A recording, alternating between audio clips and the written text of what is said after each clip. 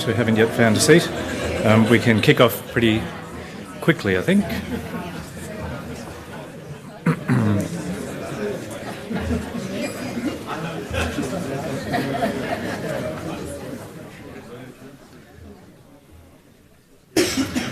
Okay, thank you.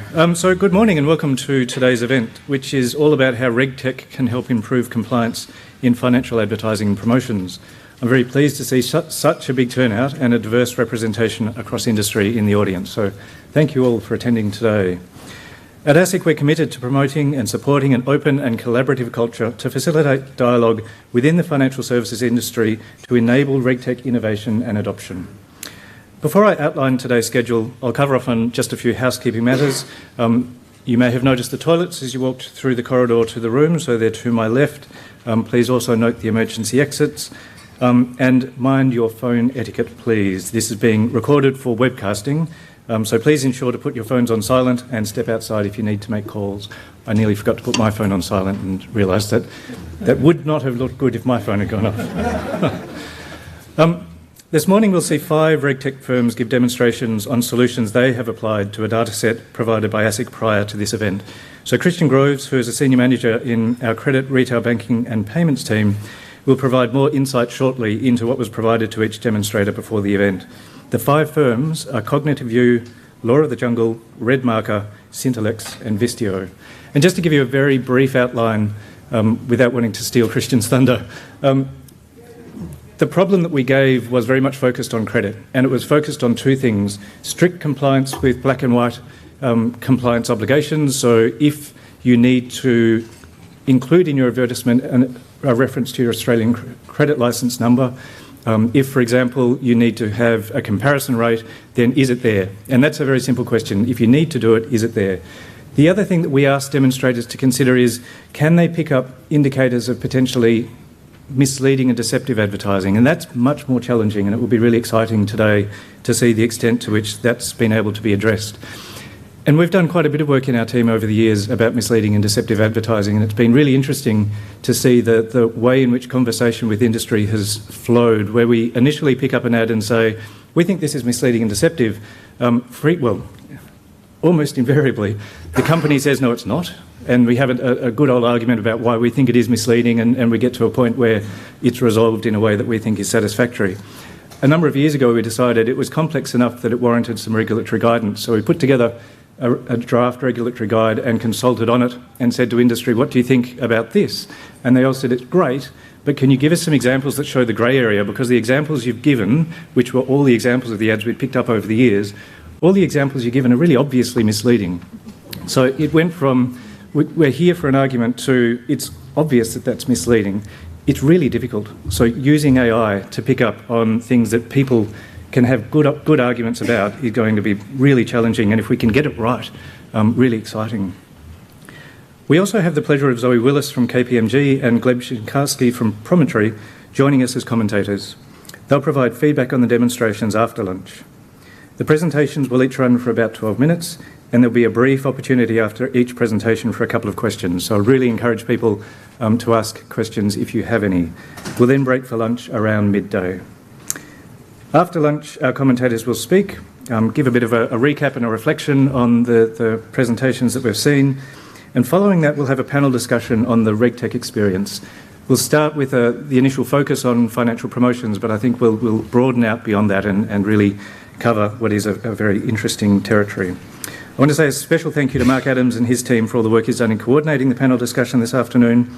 Mark is the Senior Executive Leader of Strategic Intelligence at ASIC and is also the coordinator of our Innovation Hub, and I imagine many of you here have met Mark and dealt with him previously.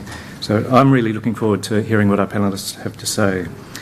We'll aim to finish by about 3, but we'll then put on afternoon tea, so encourage people to stick around and talk to each other. It's a good networking opportunity. And now please allow me to introduce Mr. Craig Madden, who will provide the welcome to country. Mr. Madden is a proud Gadigal Bundjalung man who was born and raised in the inner city suburbs of Redfern and Alexandria, where he resides today. His very personal experience of Aboriginal history comes from his rich childhood, spent listening to yarns from his family and around the local community, running through creeks in the Barrigal with his brother, sisters and cousins throughout his holidays, playing football for the Redfern All Blacks and Alexandria Rovers football teams, and his education in Aboriginal Studies at the University of South Australia. Mr Madden has actively worked with the Aboriginal community for the past 25 years as an Aboriginal employment consultant for Australia Post and as Aboriginal Welfare and Community Liaison Officer for the Corrective Services New South Wales, where he is currently still employed. His passions lie with the education and promotion of past and current issues directly related to improving the lives of his people and, wherever possible, helping to influence change on a broader level.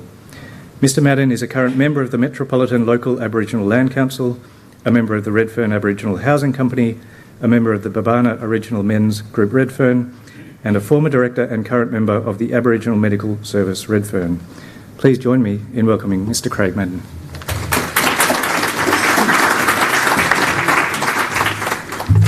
Good morning, everybody. Thank you, Tim. Firstly, I'd like to... my name is Craig Madden, as Tim said. So, firstly, I'd like to thank Mark and Deanne for inviting me here today. Also, the Australian Securities and Investment Commission for inviting me here to welcome you onto country. I'm a proud Bundjalung Gadigal man from the Eora Nation, and Gadigal land is the land that we're standing on here today. Jinyura Gadigal. This land, this place is Gadigal. It's customary for Aboriginal people to invite guests or visitors onto our land or country, something that we've been doing for over tens of thousands of years. So, as a member of the Metropolitan Local Aboriginal Land Council and a proud Gadigal man, I'd like to welcome you all onto Gadigal land, Aboriginal land. I'd like to pay my respects to our elders, past, present and emerging. If we have any Aboriginal brothers and sisters here today, if you have any brothers and sisters from Torres Strait Islands, welcome to Gadigal land. To all our non-Aboriginal brothers and sisters here today, a warm and sincere welcome to Gadigal land, Aboriginal land. The Gadigal clan is one of 29 clans which make up the Eora Nation, a nation that is bound by 3 distinct landmarks. So we have the Hawkesbury River to the north, the Nepean River to the west and the Georges River to the south, and within the confines of those mighty rivers lie the Eora Nation. And the land that we stand on here of the Gadigal people are one of the 29 clans of that nation. If you have any guests who've travelled from across the seas, welcome to Gadigal land. To anybody who's travelled from across this beautiful country of ours, great state, or see this magnificent city, welcome to Gadigal land. We stand on the shores of our beautiful harbour. We're only a stone's throw away. If you look down on your left, that's a place that our mob call Warrane, which we better know as Sydney Cove or Sydney Harbour. And we're just to the back of us where Barangaroo is, who was the wife of Bennelong.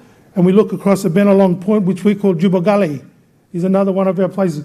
And behind us is Tumbalong, which is better known as Darling Harbour. There's some of the historic landmarks of our Gadigal people. So, on behalf of the Metropolitan Local Aboriginal Land Council and our members, I hope you all enjoy today. It looks like it's going to be a wonderful day for you all. And the Gadigal mob, please, for those who are travelling far today, travel safely home. And once again, welcome, welcome, welcome. Thank you.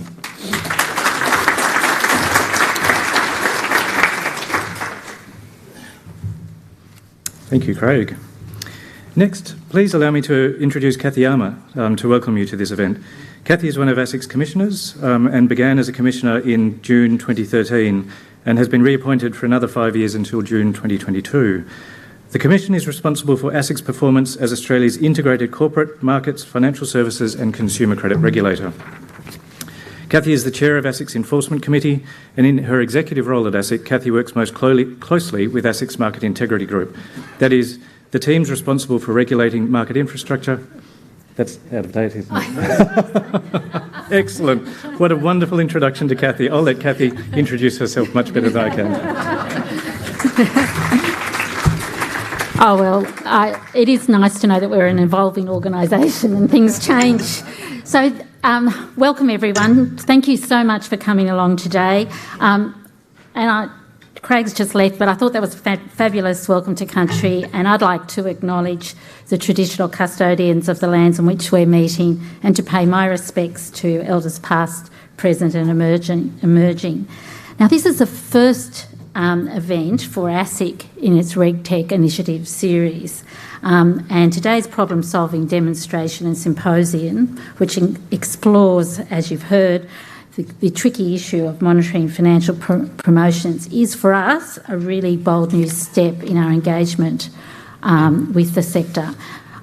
I've been really impressed because since 2016 we've focused a lot of our fintech work on the RegTech sector, and I'm impressed because I've come to a lot of ASIC's fintech events, and I just think there's clearly a different standard of innovators in the RegTech area because there's no skivvies, jeans and those loud t-shirts. You're obviously adapting to the people you're needing to market your wares to. So anyway, so I don't feel quite as out of like a fish out of water when I come along.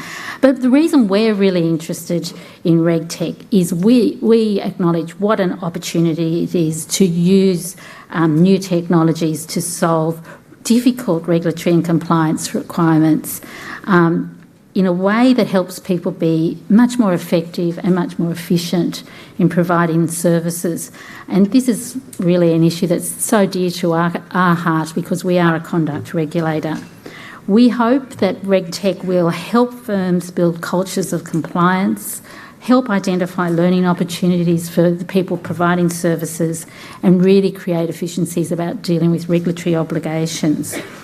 But perhaps the most important reason for us at ASIC is engaging so heavily with the RegTech sector was summed up by one of my Commissioner colleagues, John Price, who said simply that RegTech has the potential to deliver a flawless customer experience that is safe.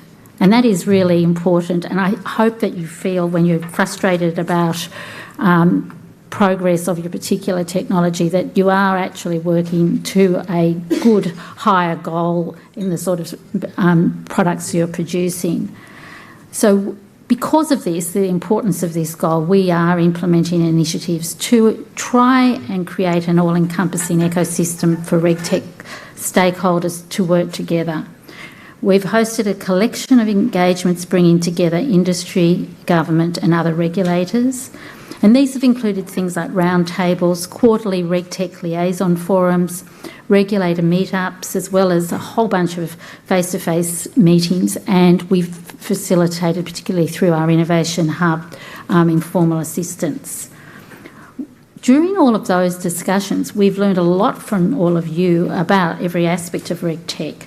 We've had conversations that do things like investigate the possibilities of big data and machine learning, how real-time monitoring could bring back and front-end business services even closer together, and the implications of data ownership given business models are evolving with technical innovations.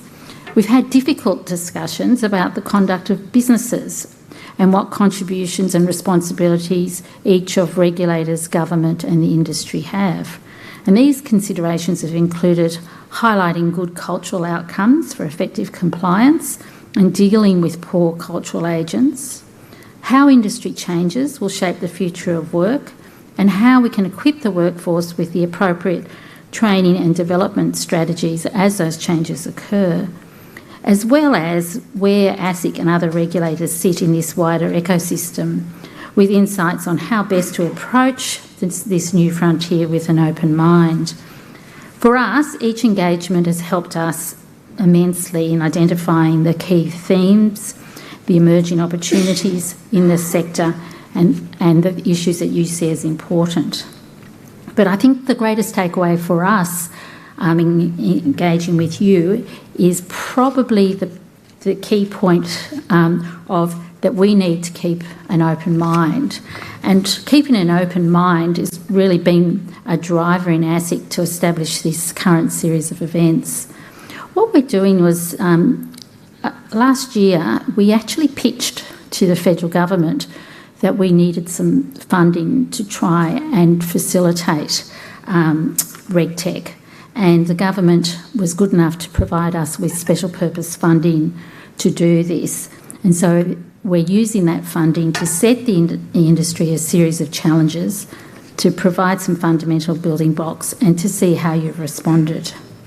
And today's first session, which I've heard about, is dealing with improving compliance standards for promotions across banking, finance and credit, wouldn't have been possible without the enthusiastic set of demonstrators who are preparing to present and who were good enough to stand up for a photo opportunity earlier, so thank you for that. And this same sentiment extends to our Financial Advice Files event, which is on Thursday the 22nd of August, and that's looking at improving financial advice compliance for better consumer outcomes. So at ASIC, we're really determined to listen and learn from the RegTech sector, and we think it's a view that's shared across most institutions who are engaging in this space, both domestically and abroad. Currently, just thinking about some of the regulatory institutions who are doing this, AUSTRAC is conducting regular RegTech engagement sessions, as well as collaborating with the RegTech Association to run a series of collab tech sprints throughout the year. APRA has continued to increase its engagement with the RegTech space this year, looking to overhaul its entire ecosystem around regulatory reporting. And beyond Australia, ASIC continues participating with international regulatory networks, such as the Global Financial Innovation Network and the International Organisations of Securities Commission FinTech networks. Now, the advantage of this is this helps us establish greater cross-border efficiencies that will enable you, RegTechs, to harness foreign prospects better, and also allowing for us to exchange knowledge with international regulators and other government bodies. For example, the Financial Conduct Authority of the UK continues to have deep engagement with RegTech that is focused on addressing problems in the anti-money laundering and financial crime space. The Monetary Authority of Singapore continues to delve deeper into machine learning and big data analytics. And at ASIC, we think that by keeping these domestic and international channels open, we can improve our focus on what is of fundamental importance to us, and that is exploring opportunities with you all. So, returning to this point of exploring, listening and learning, we are uncertain of the full potential of RegTech. We think it'll be terrific, and we're looking forward to seeing what people come up with. The success of this month's events and future ones will not necessarily be measured by the volume of data analysed or the accuracy of the solutions demonstrated. No, we think the success will be measured by how much of a glimpse into the future this work offers us all, because we will reflect on everything we've seen and heard today, and we'll continue to cover common issues and questions around things like industry standards, the roles of the various stakeholders in the industry, the roles of government, the roles of regulators, cross-border trials, the making available of data sets to you all, etc. But by approaching every one of these initiatives with an open mind, we think that we at ASIC will continue to be one step closer to either a definitive answer, a fundamental innovation, or a set of tools and solutions that do indeed deliver the flawless customer experiences that are safe, that we see as our goal, and we hope you see as yours. So let me thank our hosts, PwC, as well as the demonstrators, commentators and panellists for their insightful contributions to today's proceedings, because without all of you, this event wouldn't have been possible. Thank you all for attending, and also from those who participate in the streaming. And let me thank again ASIC's team, particularly the team at the Innovation Hub, who've worked so hard to put this event in place. We hope you enjoyed today's RegTech Monitoring Financial Promotions Demo and Symposium, and we hope that we'll see you again at more events like these, as well as any other engagements that we might establish, because we really are keen to work with you and develop the RegTech space as much as we can. So let's get on with the event. Thank you.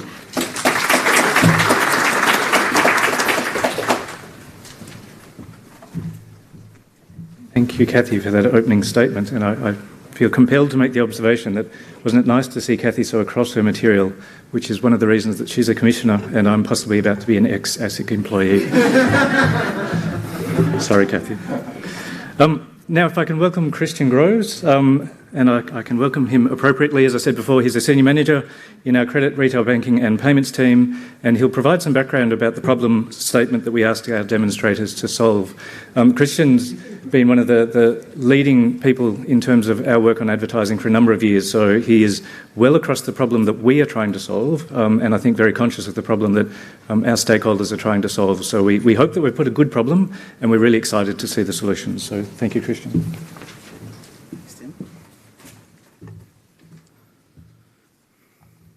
All right, good morning and a warm welcome to everyone attending today.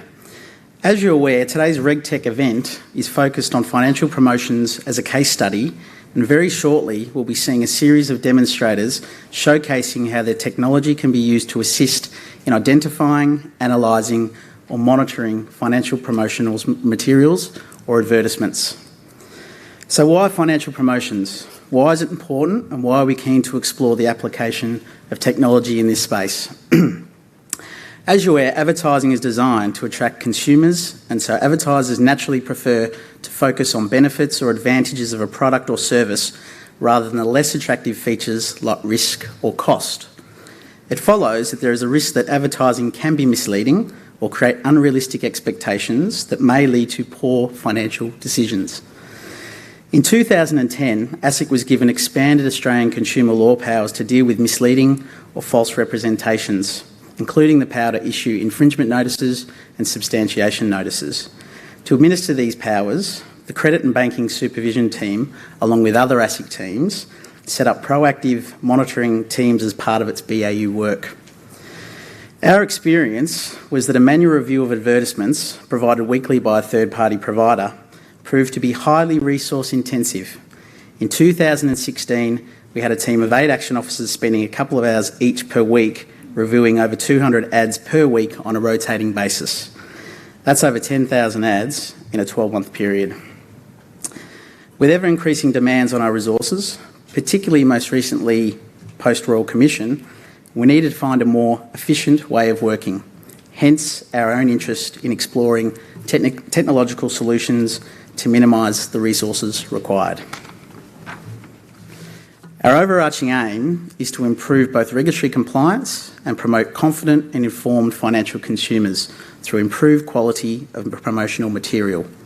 We want to ensure that promoters give clear, accurate and balanced messages when promoting financial products and services.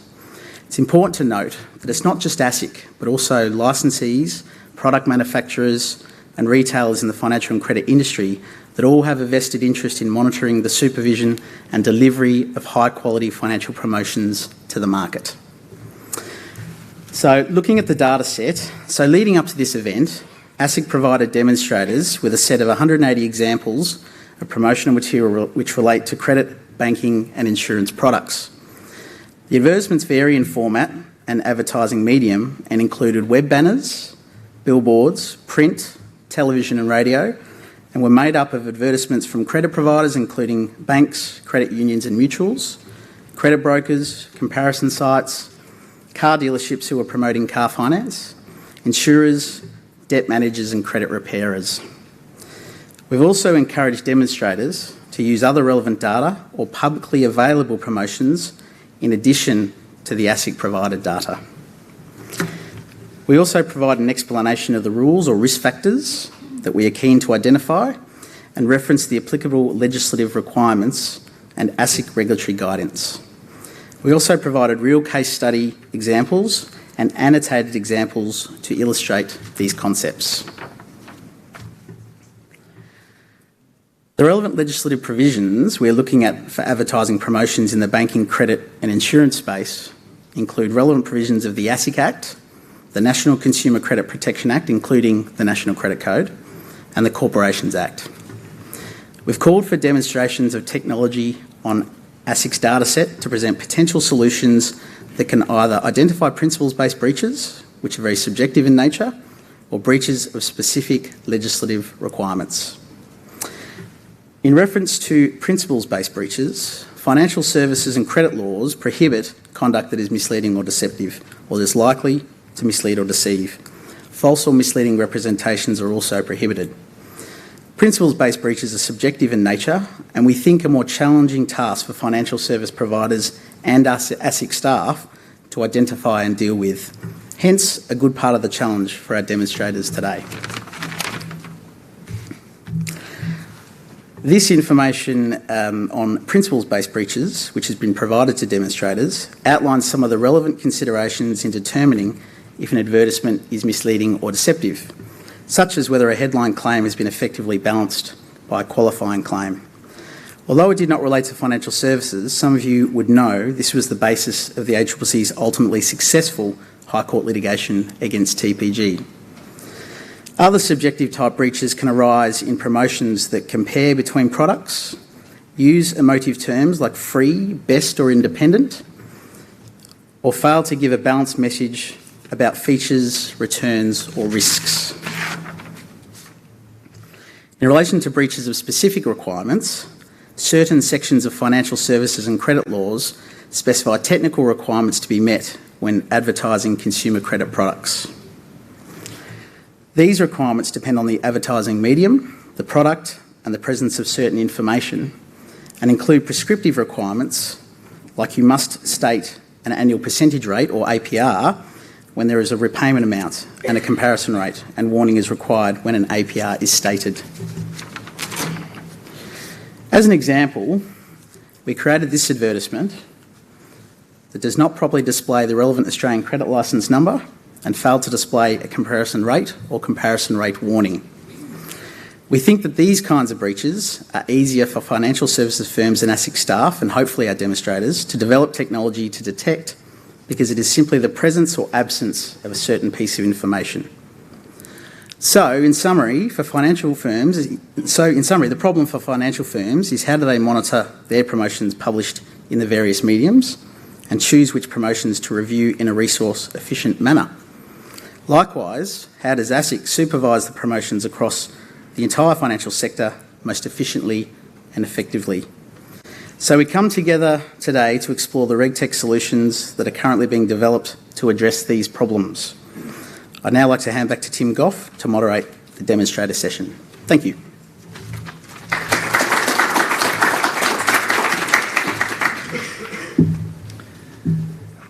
Thank you, Christian. So there's the problem. And now we come to the exciting part, which is hearing from the demonstrators about possible solutions. So we are very excited to get to this point of the morning. Before we kick off, there are just a few things that I'd like to say in relation to what we're about to see. We haven't endorsed any of the ASIC, that is, hasn't endorsed any of the materials that you're about to see. We have cited the presentations, but only for the purposes of ensuring that specific references have not been made to any of the ads provided in our dataset. Some demonstrators will also be referring to real ads in the public domain.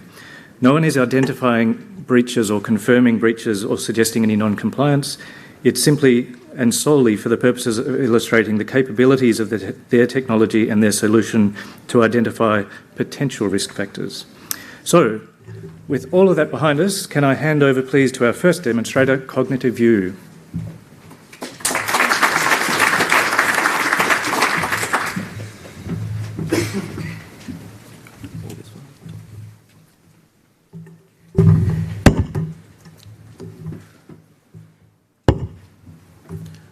Good morning, everyone. My name is Dilip, and I represent Cognitive View. So we are actually RegTech, and we are automating the conduct risk and compliance risk, pretty much. So before that, I want to also thank you, ASIC, and the RegTech Association to facilitate this. I think the technology is here, but the adoption is missing, and the awareness is missing. And definitely these forums are great to actually share our experience, our learnings, and how actually we are doing it. In terms of the way I look at it is we started with a lot of focus with a customer centricity when it comes to conduct risk, because when the brands engage with end customer, it kind of looks at the whole cycle of customer engagement. Starts with your product communication marketing, your sales advice, and post-sales and complaints.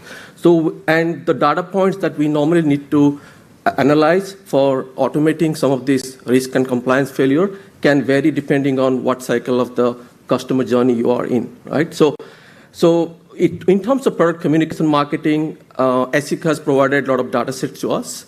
And some of the data set can be radio, print, billboard, web banner, and that sort of, if you look at it in terms of the composition, images are one of the major segment out of the data set. So what we have done is analyze those data sets and come up with a set of results that we're going to share, right? But before that, in cognitive view, so what we normally do is we put a lot of focus into the customer centricity and compliance risk. So our platform has two components. So the first component is obligation management, and the second is your compliance automation.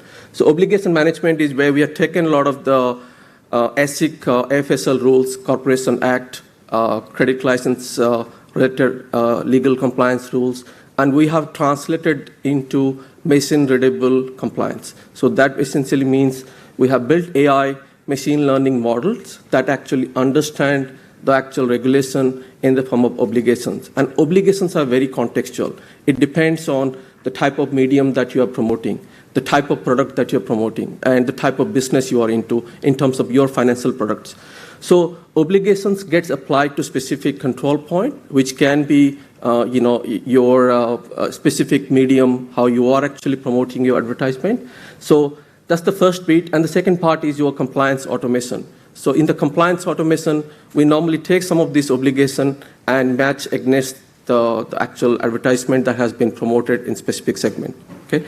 So, and in terms of the technology, these are some simple steps. As you can see, the top part illustrates that how you currently do it. So it's actually a very manual process. Normally you have some marketing communication guideline. You have someone to look at the legal compliance requirement to make sure the ads or the marketing promotions that you are doing actually meeting compliance. Then you may be looking at some ethical guidelines that you have in the company to make sure we are meeting all of them. But that's quite tedious, and the big challenge is actually just to know what is the right way to present it. So what we have done is we have the RegTech platform Cognitive View, and we normally extract information from speech to text, depending on if it's like a radio type of ad, then it's coming from speech. If it's coming from YouTube or video, that's video analysis. Image is coming from billboard or could be web banner. So then what we do is we actually do verification against those compliance breaches, and we create a lot of analytics out of it. So that's kind of the whole journey. And in terms of the ASIC trial data, we have applied the same concept here and came up with a set of results, right? So principle-based breach and specific requirement breach. So it's kind of different. The principle-based breach is very subjective in nature, as we earlier stated. So it's actually coming mostly from the best practice guideline from RG 234. And the specific ones are like the credit license is missing, ACL number is missing, or it's incomplete, and things like that. So in terms of our output, what we found is the top three is actually the small or illegible text. So if you have seen a lot of web banners, and I can sure that you can correlate this. So a lot of the time, the ads have the disclaimer or the warning is in such a small word at the bottom, you can hardly actually see it, or you can't actually make any sense of it. So that's one of the top breaches that we have found from the ASIC data set. The second is a strong headline claim. So that's where you basically are saying, you are making a big claim, but that actually doesn't, and you're not giving the proper warning with that claim. So that basically means the consumer cannot properly decide whether he should get into that product or not. High-risk words like free, instant, all these kind of high-risk words can the third one. So these are the top three that we found for principle-based breach. And in terms of the specific requirement, we found, again, comparison rate, because you might have seen this one, that there's a lot of promotion around lower interest rate. But lower interest rate doesn't necessarily mean it's actually cheaper, because when you add up all these admin fees or a lot of the hidden fees, you end up actually paying a lot more. So that's one of the top breaches that we have found with the data set. And Australian credit license disclosure. So a lot of the time, companies don't disclose the ACL number, or they don't actually put it in a correct way. Okay, so that's the number 2, and annual percentage rate is also the number 3 as well. So with that, I think I'm going to hand over to my colleague Sajid. He's going to do a real demo to actually see how it is working in principle, because this will make more sense if you see it in action.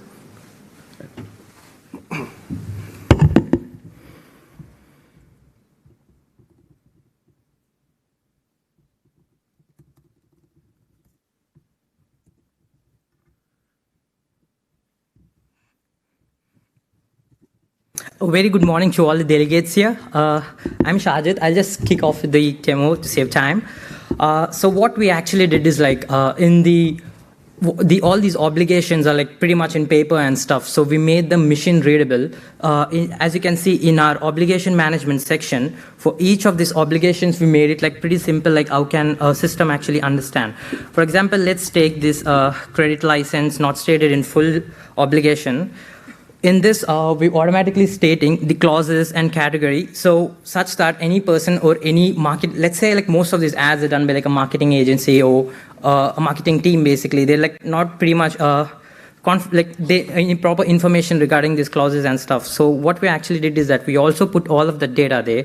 At the same time, we are like engaging them with examples, like showcasing them what is the right way to actually disclose that particular ACL disclosure or any other obligation, and what are the incorrect ways to actually do that.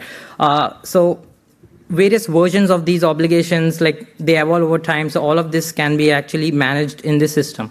At the same time, we also have a potentiality to actually create an obligation in the system. But if you can see, like it's a tedious process. You have to fill all this stuff. So what we came up with is another functionality called order discovery. So what this functionality actually does is like, as soon as you upload an image or anything, so it actually analyzes that image and comes up with some candidate obligations, which can be helped to actually bootstrap your onboarding process to actually set up this. So it looks at the image and identifies that so-and-so obligation should be met, like information asymmetry, market manipulation, the headline claim warnings, interest rates, and so on. So you can accept or reject basic on what kind of requirements you actually have. Once you do that, this gets added to your obligation management cycle. So that's pretty much what's happening in this order discovery. But now when it's coming to real enforcement, for example, like we come up to the artifact validation. Let's say you already added all your obligations, what all you require into your system. Now you need to see whether like an ad or any other media is actually getting, it's actually verifying or validating whether this so-and-so obligations are getting met or not. So as soon as I set the control to all financial products and I upload an image, so this is a print image. So what it actually does is like, based on these, it immediately switches the media to print. It identifies, okay, this is a print media. Okay, so it moves the control to print, and then it goes to the principal-based obligations, and for each obligations, it marks it whether it has been breached or passed, basically, based on this image. So these are for all the principal-based requirements, and also for the specific-based requirements, like whether these obligations have been passed or breached, etc. Along with these principal and specific, we also identified something called behavioral obligation. One key issue what we actually found is information asymmetry. For example, let's say they have like so-and-so statements in their PDS statement, in the PDS disclosure, but they're actually not mentioning that immediate statement in an image. So what we've actually done is like, let's say we have a configuration bucket where you post up PDS statements, and automatically we assess in this image whether these statements are said or not, be it like terms and conditions or anything. So in this example, the terms and conditions has been detected. So that means there's a breach of information asymmetry over here. Then there are other things like tie-in sales, prospect decisions. So basically these are not detected. So this is on the behavioral side. Next is the topics of interest. So what we're actually doing here is in this image, we extract information and check, okay, it's the category finance and print. Company is next, right? ACN, ABN. Okay, you can see there's no ACN and ABN in the image. So how did we actually get that? So we're leveraging A6 company dataset to actually do that. So it processes this image, gets the name and the ACL number or any other metadata, and does a reverse search on the company data set. So immediately we get the ACN and ABN from A6 data. Then the product type, and you can see it also identifies a reverse search on the Australian credit license. It says that the incorrect Australian credit license has been advertised. And next, coming to QA, you can also pose real questions in this section, for example, what is the ACL number, right? So what actually happens is it processes the image and tries to answer your question in a pure English, in a normal conversation kind of a format. That's pretty much how we are doing the insights on the validation. So after all of your stuff and like all of your ads and all are processed, you can come back to your like a heat map kind of a dashboard where you can actually see how the conduct risk is. We are assessing this on 3 levels, low, medium, and high. So you can actually click on something and you can actually see, like for this, the breach high, so what all artifacts have actually at that high particular potential, like high breach status. This is based on a KRI score. So when you're creating this obligation, you add a risk score to each obligation saying that this is more serious and this is a bit less serious than that. Now, like as soon as I came morning, like I asked, like I spoke to a few of the delegates, and one question what I asked is, but do they trust AI? Because like AI is not 100% accurate. So many of them say like, yeah, nah, we don't trust it yet, but some said that, yeah, we do trust. So like, so in order to like mitigate that, what we actually did is like every prediction what we made, we introduced a model called Trusted AI, which says the percentage of accuracy and the fairness of our models basically. So you can set a threshold. Let's say for the conduct model, it's 78% fair. So like if it's below that threshold, it immediately highlights and you get a notification saying that so-and-so model hasn't been issued. So when I click on the financial promotion, for every model what we see, it immediately says like how the judgment has been made, as well as what's the prediction probability over it. So the fairness is like over like 92% as of today, but it started up with like 60%, and then accuracy and the recall. So this is a overall view of the obligations. Now I'm going to make it a bit like, let's say, nah, I don't want it overall. Like I just need it for a single obligation, a single statement, how it is. So you can come back and you can see like for the balanced message, the prediction probability is around like 92%. With a switch of a toggle, you can immediately get the bias involved in it as well. So like for this, it's like 7% bias is there. So bias is something like, let's say, for a particular company, the obligations are getting breached more, and for like something else, it's like it's not stating no matter what, because the training data is not trained on that particular set. So immediately you get the bias and prediction probability of it, so that the onus is on the person whether you can actually make the judgment whether you can go with this decision or not. So this is for all the obligations wise. Let's say I don't want it like obligation wise, I need it pinpoint on a single artifact or else an ad. So we have another view basically. So for each of this obligation, like with what probability has been predicted basically, whether it's 97 and all, you can switch and stuff basically based on all of your call scripts and stuff, and you can immediately get all the data assessed. And once again, you can come back to the dashboard and have a look at all this stuff. So this is pretty much about the demo of the product. Now, to summarize a few of the observations, what we've actually identified is like continuous monitoring of certain media is pretty difficult. Like, for example, let's say a company suddenly puts up a banner out and it shows this image. So such kind of things is a bit difficult to continuously monitor, but Facebook and other advertising medias can be monitored pretty easily. And one challenge, what we actually identified was like, if you can see in that image, all 3 banners mean the same company. But so such kind of insights and stuff, we already solved by like reverse scraping, like web scraping, like for each of the entities, and check whether these objects are together or not. So that's how we solve this challenge. So that's pretty much the product. Thank you so much, guys. Thank you.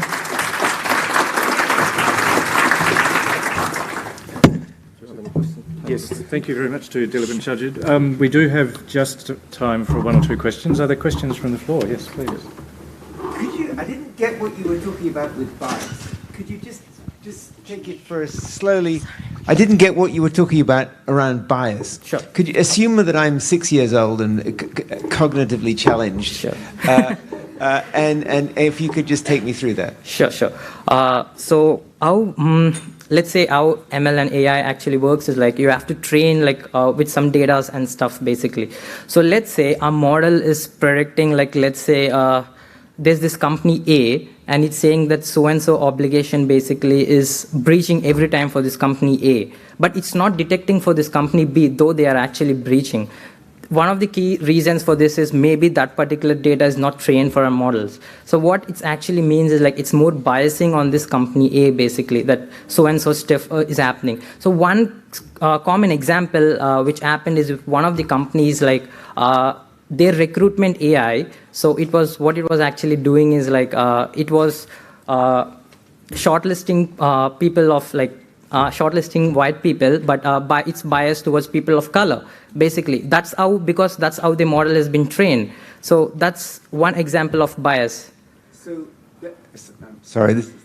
does that mean that the system that you're creating requires review and markup in order to ascertain the bias, or is the bias calculation itself automatic? It's automated. So the bias calculation itself is automated. So for all the inputs you every time enter into the system, like let's say add 1, add 2, add 3, immediately based on this, there's some few weighted averages calculated and stuff. And based on this, it assesses a bias value based on the features you define. Thank you so much. Okay. So can we have the mic here?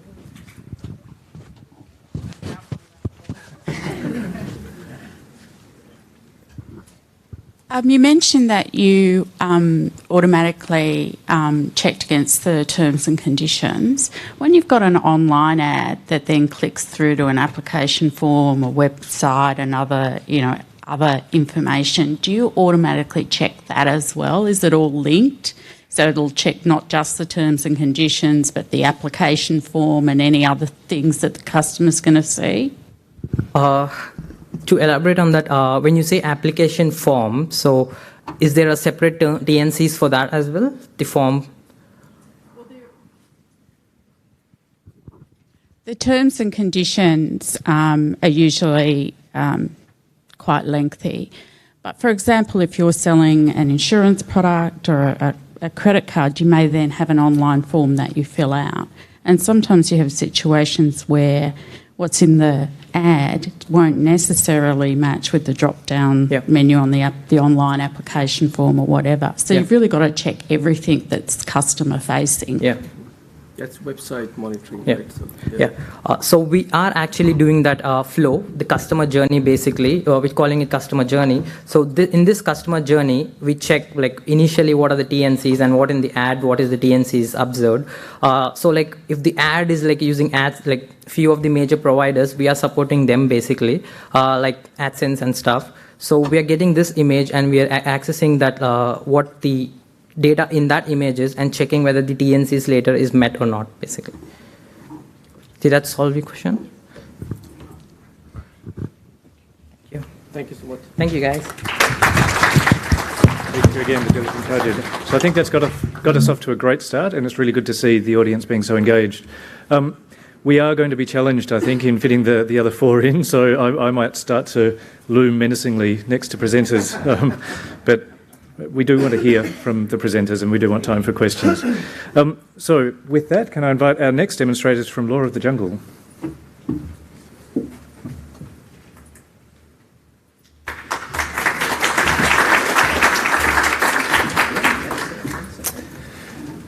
Good morning, everyone. My name is Greg San Miguel. I'm CEO of Law of the Jungle, CEO and founder, and I'm with my colleague Alvin Lung, who's Manager of Product Development. And it's a pleasure to be here today, participating in this important meeting, and it's amazing to see the level of interest. It's fantastic. So I'll jump straight in on the urgings and just quickly outline what we're going to do. We're going to touch on who we are and what we do. We're going to share our experience with the data set. I'm going to ask Alvin to speak to that.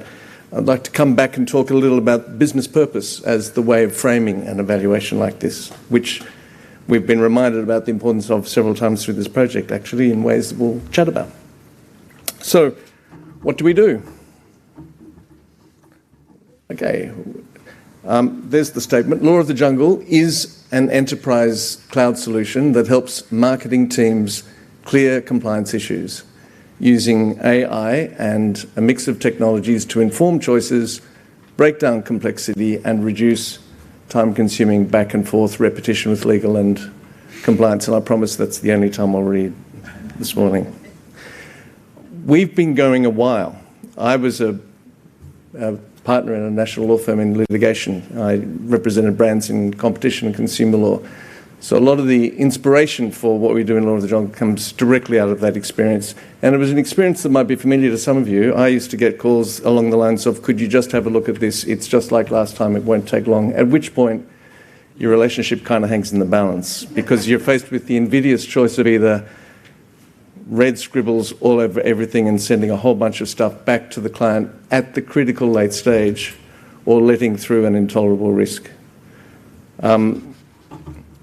What do we do? More specifically, let me talk about the product. So we're a business rules engine with AI analysis and content extraction, and Alvin will have some things to say about that.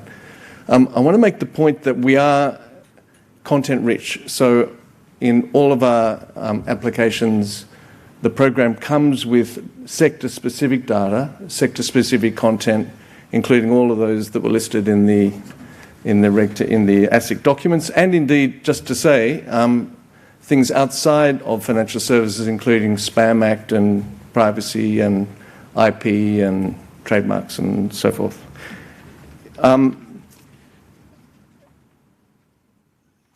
Sorry. Yeah. So, and the other point to make quickly is that we're about managing or helping manage the due diligence process, the whole process through workflow, collaboration, through to approval, and in fact to retention of an audit trail of that process. I want to talk a little about the use case though, because what we found on the way through as we were preparing for this was that with the great assistance of the problem statement that was spoken to earlier, even then we found that there were all sorts of ways of interpreting that that probably needed to be spelled out a little. So we wanted to make a couple of contextual points about our use case. Our key users are not legally trained.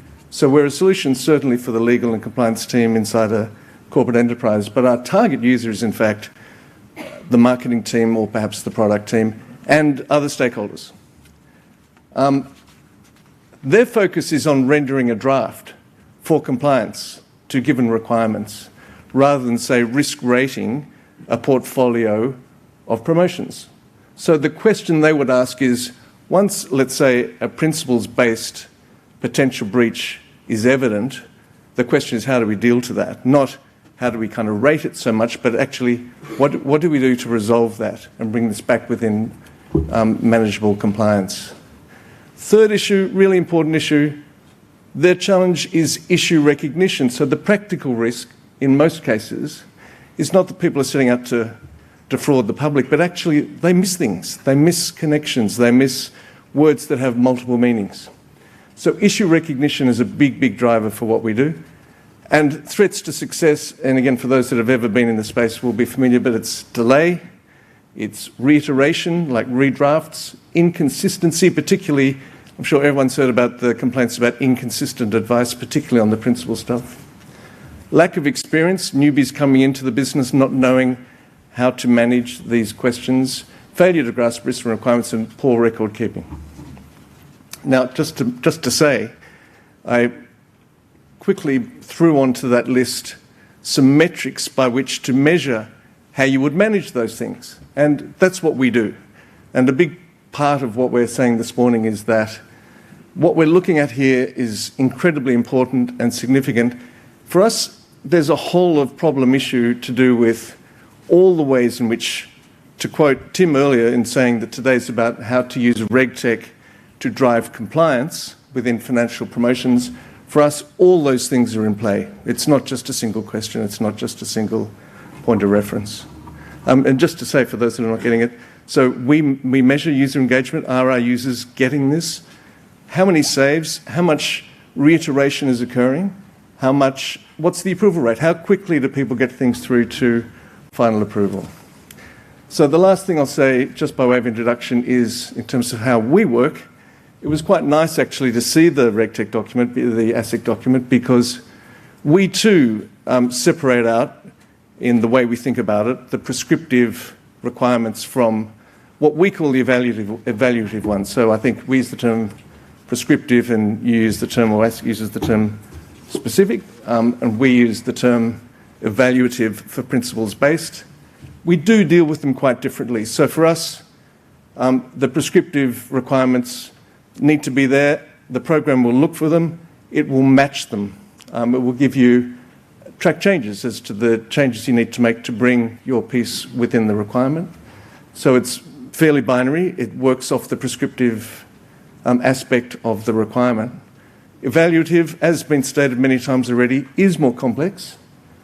We see the challenge there as informing the judgment. So for us, the program, I'll just walk you through this because Alvin's going to speak to the results.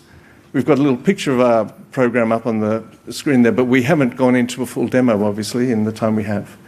But the way it works is that you will drag your document into the program, tap on a couple of tiles to locate it. The program will then read and analyse your draft communication. It will throw up results from that, which can be broadly separated in those ways, but are actually a bit more specific. We'll look at promotional expressions as evaluative. We'll look at restricted terms as potentially evaluative. We'll look at mandatories and disclaimers as more prescriptive. With the evaluative, what we'll do is we will identify expressions in your communication that appear to be principles-based. First point. Second point, we will then categorise it. So it will come with a categorisation based on risk in the sector. And if your little expression triggers a couple of those, it will trigger a couple of those. It will throw up to the user some guidance in the form of the criteria by which to resolve the issue there. And potentially some requirements or questions. Have you done the substantiation? Have you checked this? Have you done that? And it's interactive, so it will build a little string of auditable evidence of your having done what you need to do to resolve that matter. And of course, lastly, you can use the solution to collaborate with others. So you might need to flick a query through to compliance or legal or product or pricing or whoever it is. That's all part of the audit trail. So we see that as a really, really useful toolkit to get a punter through the challenge of getting their piece to a compliant outcome. I'm going to stop there and actually ask Alvin to speak quickly to the application of the technology to the data set and just come back at the end with a quick word. Thanks, Greg. All right, before I dive into the results of our dataset, I'll explain a little bit about how our technology works and how we applied it to the dataset. So you can see a diagram on the screen. So we start by extracting the content of the file and breaking it down into analytical segments. And we combine that with three things. So first is the job facts. So this is the key contextual information around the file, such as where it will be advertised, who the audience is. Second are other user inputs about the product and the campaign it's part of. So we like to leverage the work done on a campaign already so that they're not starting from scratch.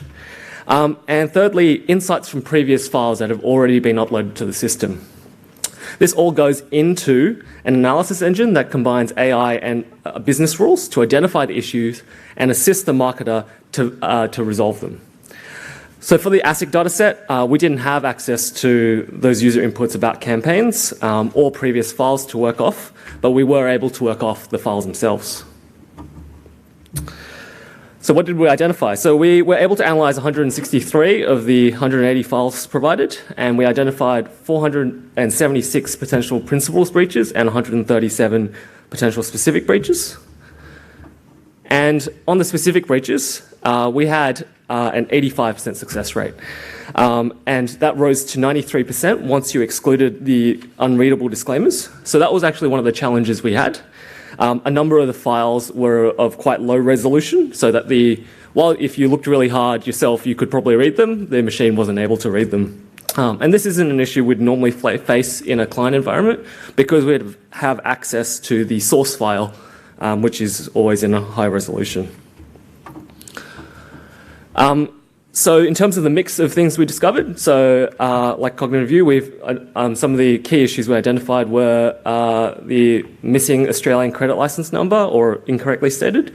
So we found 70 cases of those, which was over 40% of the files. You can also see there other things that were missing included comparison rate warnings or failure to reference whether the comparison rate was based on a secure or unsecured loan.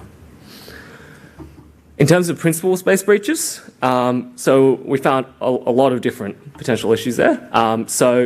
We've identified in those files 245 potentially risky claims around costs, discounts and savings, as well as 188 around potentially risky product benefit and features. And we also identified a number of different high-risk terms such as guaranteed, free, best, cheapest. So what did we learn from doing this analysis? Well, there were three main things that we took away from this. The first was that the dataset actually stretched across a number of different industries within the financial sector, so home loans, car finance, insurance, deposits. And each industry has quite different forms of wording. So they use different language and they have different patterns. And to deliver the best results, the program needs to be trained with a dataset that includes data from each of those different industries. Second, the dataset showed us that monitoring of a wide range of different companies across the dataset poses a different detection challenge to our main use case, which is when we implement with a client, we are looking at the data from one client. So for example, with a client, there will be standard form disclaimers in terms and conditions, and we'd be looking to match those, whereas in this case, we had to evaluate from scratch whether the disclaimers that were on the piece were compliant with the law. And the third is, we did find that where we did have access to client data from the clients that we have, we got much better and more refined results, which points to an enormous benefit of working closely with different companies to get that better data set. So now I'll hand back over to Greg. And I just wanted to finish very quickly by speaking to the, if you like, whole of problem that we've just been speaking to. What I mean by that is this: we find that the impact of technology, as I said, on compliance outcomes derives from a whole bunch of things, not just any one thing, and certainly not just any one concept. We, for our part, always look for compliance protection as a given. It's absolutely critical requirement. Productivity or efficiency, as I think Christian mentioned earlier, is completely critical, and it's got to be great for the user, otherwise they won't use it. So the question we have is, when we're talking about impact and evaluation, what are we actually comparing with? And it's probably easy to slip into the thought that we're comparing solutions here up on the stage, but actually the point of comparison for us in terms of measuring impact is the comparison with the status quo. And the status quo in most environments that we go into is actually one that you're mostly familiar with, a sign-off process that's sort of manual or based on emails, and it's actually based on, when you think about it, this error correction, this idea that marketers will throw up something without particular compliance parameters, and compliance will come along and slap it down, and you'll do that several times over. What a great thing. So for us, it often looks like that. You'll have a sign-off process that looks a bit like that, but actually, what actually happens is that everyone has their little penny's worth and starts making corrections and suggestions and so forth, and that's just for one round. 3 rounds starts to look like that, and it's crazy. And one of the crazy things about it is that, of course, the process exists to drive compliance protection, and it's actually adding to the risk, in a sense, with that many touch points and that much logistics to manage. It's crazy. So for us, the whole challenge is, how do you reduce that amount of process? Not how do you make it go faster or manage it quicker, but how do you cut it out? And for us, the lessons there are really instructive. In our own experience, in the time we've been doing this just as a business rules engine, we've seen the average rate of reiteration, which for us is a critical metric, come down from somewhere between 3, 4, 5, 6 drafts in different sectors to, on average, 1.4, which means that the punter is actually able to mostly get it right first go, which is, from our perspective, the critical measure. So I wanted to throw that out and say there are some really important measures just beyond accuracy of detection. One's productivity, reduced time. We were playing around with this, but if you took the stat that I just gave you it took us, I think it was 5 hours to work through the 180, maybe 6. I think it meant that we were doing, on average, about one of those jobs in the data set every 2 minutes. If you added, say, 3 or 4 minutes for someone to review what would happen, you could come up with a number quite quickly as to how efficient that was, and you could compare it with a professional doing the same job, and it would make an interesting comparison, obviously. So productivity, huge. But beyond that, there are some really important measures around compliance protection itself. Reduced risk. Having a streamlined process alone means reduced risk. Embedding the process, operationalising it into the business, bonus for protection. Improving team capability by involving the entire team, same again. And having an audit trail so that the whole process is actually transparent and open to review, in our experience, completely critical as well. So from my perspective, just wanted to throw that out. I think Kathy earlier was talking about a glimpse to the future and, this idea of having an open mind. For us, one of the really important things with this discussion, which we completely welcome, is the opportunity to open out a clear view of the problem and look at all the ways in which that problem does need to be dealt to. So thanks very much.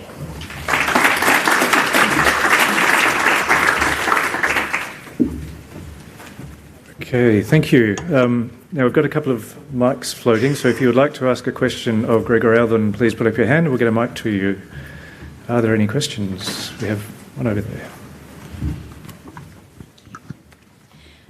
Hi, did the data set include any video or podcast analysis? And if not, is that something that your system would be able to analyse? The short answer is we don't actually do video as such currently. We will, but we don't currently. We we have clients that do them all the time, and they do them in the form of storyboards and things like that. But that's pending. It's on the roadmap. Another question?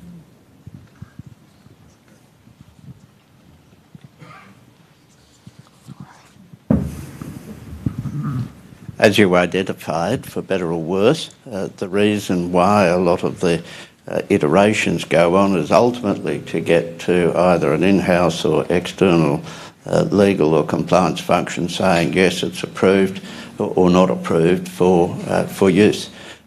Do I take it then, and indeed in the in-house legal function, a lot of effort is going into reducing the number of times in each iteration for whatever purpose in-house that a legal person has to examine something rather than the IT being used to do that before it's sent to the legal person for approval? Do I take it what you're suggesting by the reducing the iterations is what I would hope, and that is that the marketing people themselves interact with the IT application and get what they consider or the system considers a final version before it's sent to the legal compliance function for sign-off. And the reason I ask that is the question really is, in that interaction with the IT system, the application, does it eventually get to the stage where it no longer has a checklist of questions and therefore is considered appropriate to forward? That's great. So the answer to your first question is yes. It is a system for the marketer. And we could look in detail as to how that works, but essentially there's all sorts of reasons why the marketer needs to be involved, not just should be, but actually needs to be. We don't have time for it all. But fundamentally, the marketers, well, we're assuming it might be a project, it might be other people, but let's just say the business team member is owning the project, has the responsibility for the business outcome, and keeping that responsibility in one place has itself a compliance benefit as well as a commercial benefit. They know more about the actual job than the advisor ever will. And at the end of the day, in many of our clients now, we've seen a whole shift towards compliance and legal functions leaving management or responsibility for the risk in the business, brackets where it belongs, and acting as a consultant to the choices that they're making. But we are very careful in the way that the marketer will interact with the program. So we'll ask the sorts of questions that they would need to ask, they would need to be asked anyway. It will help them identify the prescriptive things which shouldn't require having to go off to get legal advice as to the particular disclaimer or mandatory or wording or whatever that you need. And when it comes to the more principles-based things, it will help identify that. So issue recognition, first point. So if you've got the front-end commercial person aware that this could be a promotional claim of some sort that could raise issues about misleading, deceptive, that's a win. And then giving them some tools to deal with that, that's a win. Giving them an escalation through to get some advice on it, that's a win. And of course, the whole job goes, in most cases, to legal or compliance for a final approval anyway. Thank you. Sorry, we are running out of time, so thanks again. Now we're going to do something a bit dangerous here. We don't have a morning tea break, but it's otherwise a 2-hour session. So we've got what has been described as a stretch break. Don't go too far. Don't stretch too hard. If we can all be back by about past. Thank you very much.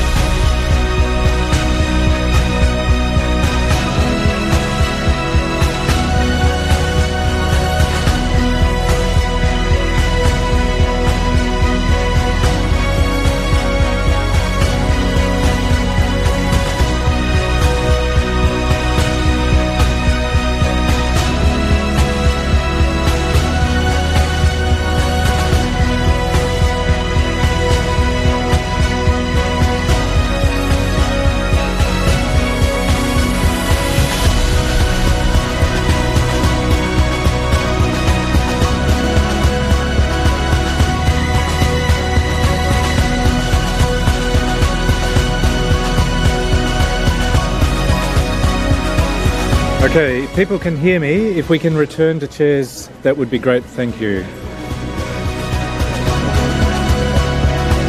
Need a bell. Yes. Okay, the stretch break is over.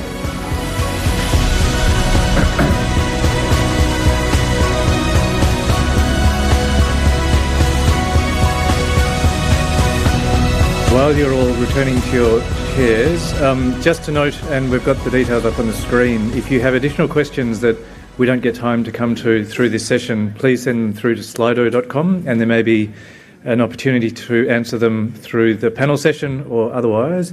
And if you are choosing to tweet about today's event, please use the hashtag that you can see there on the screen. And please, I would encourage you to tweet if you have something you would like to tweet. So we're on to demonstrator 3, and it's my pleasure to invite Redmarker to the podium.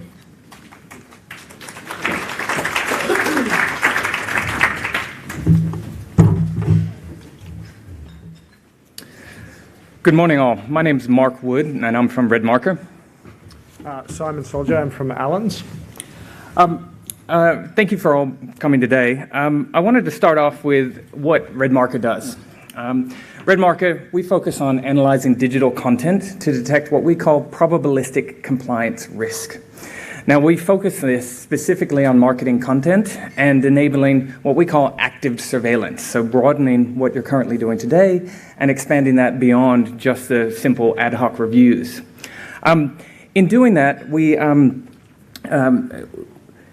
we really look at how we partner both with the legal teams, the compliance teams, and the marketing teams, the people, the content authors in that process as well. We have 2 services that we offer. And then the first is website scanning for compliance risk. So what's out there in the market? Normally, clients have a pretty robust process for putting content out into the market, but then that content sits there for months and years, and the regulation changes and the risk appetite changes, but the content sits there on thousands and thousands of pages. So we do that. We also do what we call document scanning for risk. And document scanning takes a wide range of forms. It's basically anything you can turn into text. So whether it's video, whether it's audio, whether it's websites, whether it's images, whether it's PDF documents, any of those, again, scanning those for risks. But to do that, we have to have something to scan with. We have to have rules. And that's where our partner Allens comes in. Thanks, Mark. So we've partnered with Redmarker to build rules within the Redmarker platform using its technology and using our clients' checklists. We've got a dedicated team of rule builders who do that, and they work with our clients and our subject matter experts to build good, well-performing rules. We use clients' existing checklists if they have them, or we work with clients to develop checklists and to identify which risks they want to detect. We also focus on building rules that are explainable, as that's an important aspect of a growingly important aspect from a regulatory perspective in terms of how AI systems perform. And I think that final point about explainable rules, the platform we have has rules that we can show you how they work. We can show the business teams, we can show the legal and compliance teams. So it's not a black box. It's actually, this is how we're detecting the risk in the content you want. In terms of the results, what we did with ASIC's kindly curated data set, I'll just show you some numbers. With the help of Allens, we built 13 rules. And they're built by business people. So not coders, not data scientists, but actually people who understand the subject matter. For this, we did 13 rules, but our clients normally have, some of our clients are here in the room, they normally have 100 rules, 200 rules, 300 rules that we can build on the platform to them. And the platform's scalable in that sense. Now, in terms of the efficiency of building them, with the business users building those rules, for this project, it took on average 30 minutes for our rules consultants between Allens and Redmarker to build those rules. So a really fast and easy platform to get the rules up and going. This is an interesting stat, and a number of people have talked about it. It's around getting the data out of the samples. And we put up here 2-hour extraction time over the 180 samples. And you go, wow, that's a reasonable period of time. But what that included was a combination of both machine extraction using optical character recognition and others, but also a scalable human annotation effort. So there are models in the market where you can do enormously scalable tasks, which actually still improve, can do things that humans can do, but on an enormous scale.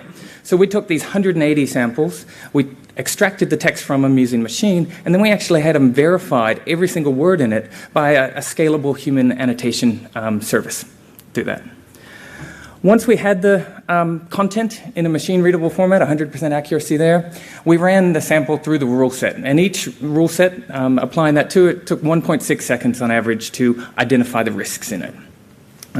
Similar to the other presenters, we found 163 risks across our 13 rules on that 13, using those 13 rules on the 180 samples. But I think an important point is here in terms of the accuracy of the platform here, based on the quality of the rules. We had a 94% accuracy, and so that's where we took all of these samples themselves. We hand annotated them in terms of actually going through and saying what's risky on this sample, and then we compared that to the output of the platform. And 94%, when you look at the performance of things like natural language processing, even the best natural language processing in terms of understanding the context and the content in it has a rate of about 95%. So being up close to that is extraordinarily important. And I think one thing on this point is our platform's not meant to replace the expert reviewer, but it's meant to free up capacity in that expert reviewer so that they can focus on the broader things, the things which are even harder to determine, where the art and the science and data science hasn't yet reached it. So the things like, is it in the best interest of the client, is really hard for a platform to do. But if the expert reviewer now has time not to worry about, does it have an ACL, does it use high-risk words, they have more time to consider those broader context of the promotions. As Mark said, our teams built 13 rules, and they were a combination of specific rules as well as what ASIC refers to as principle-based rules. Specific rules included things like, is there a comparison rate, is there a comparison rate warning, whether high-risk words are used, but the system is nuanced enough to understand whether a high-risk word is being used in the context of a financial product or a credit product. We also look at things like whether there may be an overstatement of benefits or egregious overstatements. And this is what I call the fun part, where you get to show the really bad stuff. Now, unfortunately, we couldn't show the ASIC dataset. It was a condition of participating. But we thought there's a lot of great content out on the web, so why don't we just scrape a number of websites, pull up some content, run them through the 13 rules that ASIC suggested we provide. And so we found some interesting examples. Now, I think it's important, our platform doesn't tell you whether that's compliant or non-compliant. We're not providing legal advice in it, even if we have a partner who's a law firm. Basically, we're identifying what we call probabilistically risky content, which is worthy of an expert reviewer. So again, none of these are meant to say that these are in breach in any regulation. It's just worthy of an expert review. So the first example is a web site which is talking about car loans. And you can see it on the left. And we brought out the bigger part of it, the specific thing, and Loan Sydney is a well-reputed financial institution that is devoted to its customers and offers guaranteed approval on a car loan in Sydney. And offering guaranteed finance is something that I know ASIC isn't a fan of, but here we were able to, across tens of thousands of pages, really quickly identify something that's worthy of an expert reviewer. It's a high-risk word used in the offer or the promotion of a financial product. The next one we did was home loans. We found some content on the web that talked about home loans. And this is a site which mentions a lot of home loans, promoting them. Looks like a reputable site. But you'll notice it's missing, the rule triggered, whether it's missing a comparison rate warning. So this is a lot of brands, a lot of banks, all have their content on this site. It's all used to promote the provision of a consumer credit product, yet it doesn't have the comparison rate in there. Again, this is content that's out in the market. Having to do this manually, going across your own website, your partner's websites, being able to do that on a regular basis, very difficult. We're able to do that extraordinarily efficiently for you. In the financial planning space, we know that that's been an area of intense focus of recent time. You'll see here's one that we found, and it around overstating the benefits of a financial product. And this is specifically overstating the benefits of shares. As it's well known, the best time for shares is November to May, and the worst time is May to November. This is content that's out in the market at the moment. You know, this may or may not be, somebody who's licensed under one of your financial services licenses. But this is stuff that's really hard to detect, and again, very nuanced. You know, this isn't just a simple word search. It isn't looking for, just the word best. It's looking for the word best in the provision of, a financial product or service. Again, our platform can help surface these type of things for expert review, so the expert reviewer can decide whether that's of value to them or not, or compliant or not. The final one I'll do is, again, around a financial planner. And this one said it was describing a planner itself. She is licensed through Spectrum Wealth Advisors, who are not aligned to any financial institutions, even though they were owned by a financial institution. And this content's out in the market, and it's interesting that she's still licensed by Spectrum Wealth Advisors because they rescinded their license back in May. So again, content in the market where there are statements about here the use of the word independence without actually in an inappropriate sense, worthy of an expert reviewer. We just thought we'd highlight some of the key benefits. So obviously, first of all, increased productivity. This is a system that allows for faster review by getting the technology to do things that computers are good at and humans to focus on the things that they're good at, which is really nuanced judgment and an understanding of the product as well as the risks for the organisation. There's obviously a reduction in risk of content that's going out by being able to survey more, especially web content, blogs, other content where there may not be any sort of compliance or legal review going on at the moment. There's the ability also to review regularly, so to know whether or not content has changed and to review a site in a year's time or 2 years' time where business people may have made changes. It also allows greater consistency in terms of the feedback that's given, and that's one of the big bugbears of business people and our clients, is consistency of feedback and consistency in terms of risk detection, as well as capture of data about what feedback is being provided. So we've talked a lot about what we do, how we do it, the fact that we can look at documents or anything you can get into a document format through our platform, web, video, audio, and others. One of the ones I must call out, there was in the ASIC data set was a photograph of an advertisement on a bus as it went by. And of course, that is almost impossible to do with machine alone. But I think in closing, we work with a number of financial institutions who are here in the room. We do both documents and web for them. But, ultimately what we're here to do is we're here to help with them, identify and reduce risk, do that more efficiently. But really what we're trying to do is get the legal and compliance team invited to the marketing Christmas party, because we know that's the absolute best party of the year. At the moment, the way that we're doing, we're not on track for that, but we're certain with the use of platforms like ours that those invitations will be forthcoming. Thank you for your time. Okay, any questions? Hands in the air. We've got one just here. Hi, great presentation. Just on the second example with the comparison rate, most websites now, what they usually do is kind of hide words within websites to get up the Google rankings. Using your program, could something like comparison rate and a bunch of percentages also be hidden, which would bypass the program? I'm sure it's something, obviously, you've thought about and is inbuilt, but how would that work? Yeah, there are a number of ways to handle that in terms of, we have a sophisticated web content extraction tool, that basically crawls the websites, pulls out the content, and then understands what's visible and not.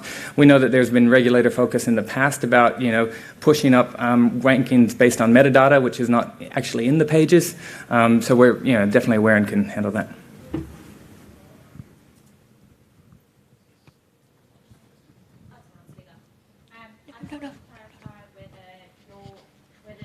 Your monitoring of websites, whether that's limited to a website per license, or whether it's you can monitor across multiple websites through multiple, partners or... Yeah, so we talk about monitoring your own digital assets, but also assets where and websites where your brands are represented or your products are represented. So either third parties, we do a lot of work in the financial advice space where you have one licensee and a lot of financial advisors with different websites, so we can handle that.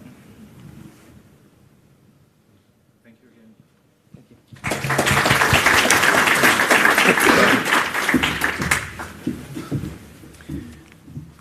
And just before going to the next presenter, and I know it was a bit of a throwaway line, but I'd just like to dwell on the fact of ASIC providing a photo of a bus driving past. Our surveillance is nothing but robust. Our next presenters are from Syntellex, so please welcome them to the podium.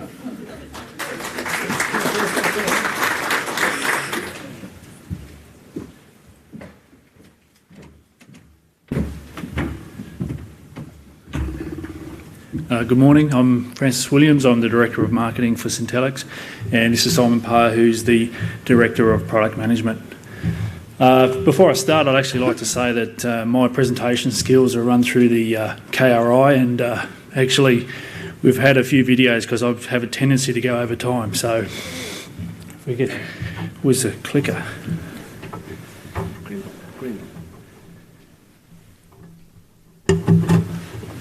All right, just go through the overview. So we're going to talk about the Syntellex Advertising Compliance Analyzer, and we've shaped it to be an out-of-the-box end-to-end enterprise solution. We're going to talk about the Syntellex platform, which actually powers the Advertising Compliance Analyzer, our principled approach, and then also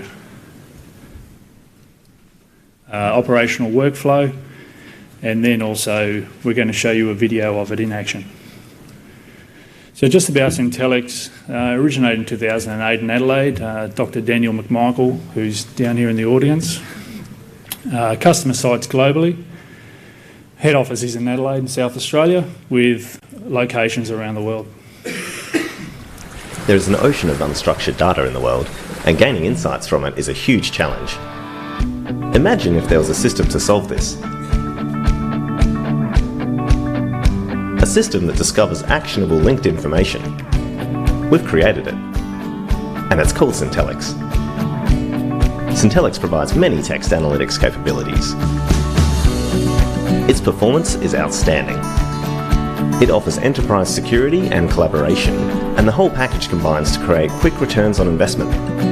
From vast amounts of unstructured data, Syntellex creates order. It searches through your text with powerful semantic capabilities to uncover actionable insights. Syntellex enables you to investigate and visualize your findings from processed information. Nothing is lost. Drill down to the source documents when you need to. The timeline feature visualizes relationships over time. Syntellex can extract any information from any document set with over 1,500 supported file types. It's fast. It's really fast. It can process 1 million pages of text on an 8-core machine in under 1 hour. Syntellex scales from workstation to workgroup to enterprise, limited only by storage capacity. With the Harvester feature, you can extract text from websites, social media sites, chats, and emails. Syntellex finds more, and it's more accurate. Here's what a competitor found in this document. And here's what Syntellex found straight out of the box. Plus, Entity Resolution discovers hidden references.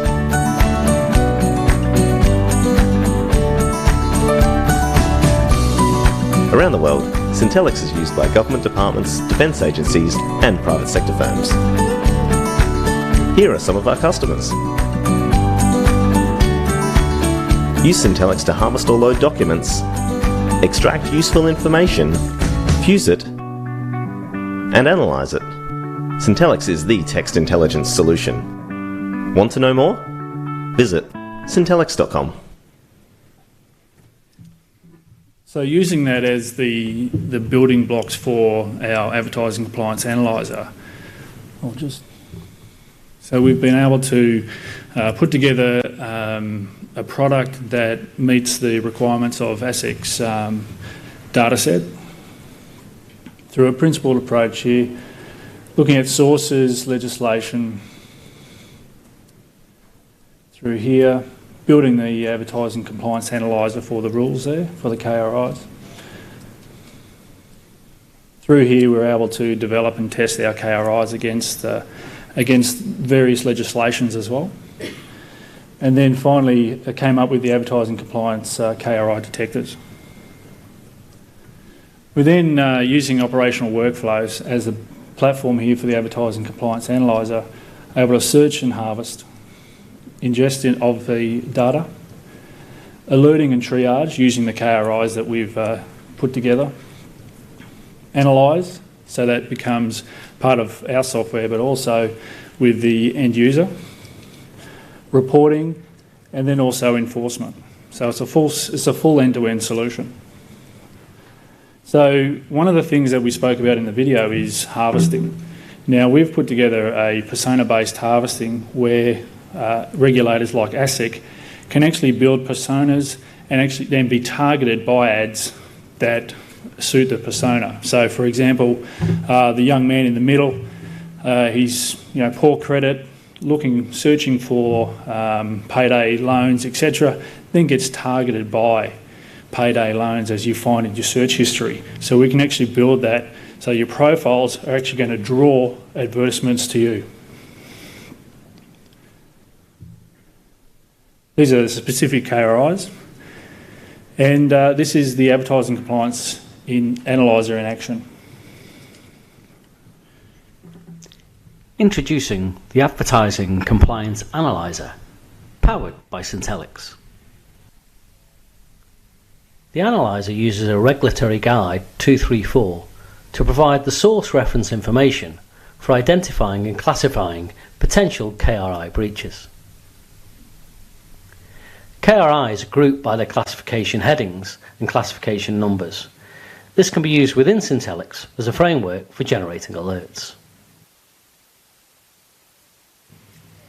In our first example, we will harvest a web page into Syntelix, and then, using optical character recognition, we will transcribe the advertisements to text for further analysis. This is the website of the money saving zone, Mozo. We need to copy the URL from the browser into Syntelix, into this URL list here. We then select the collection into which we want to harvest the data and click on the Harvest Now button. It's as simple as that.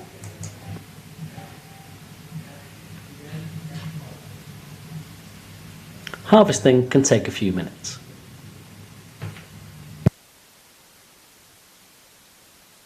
Once harvesting is complete, a screenshot is taken of the harvested page. We are able to view the harvested page by clicking on the link here.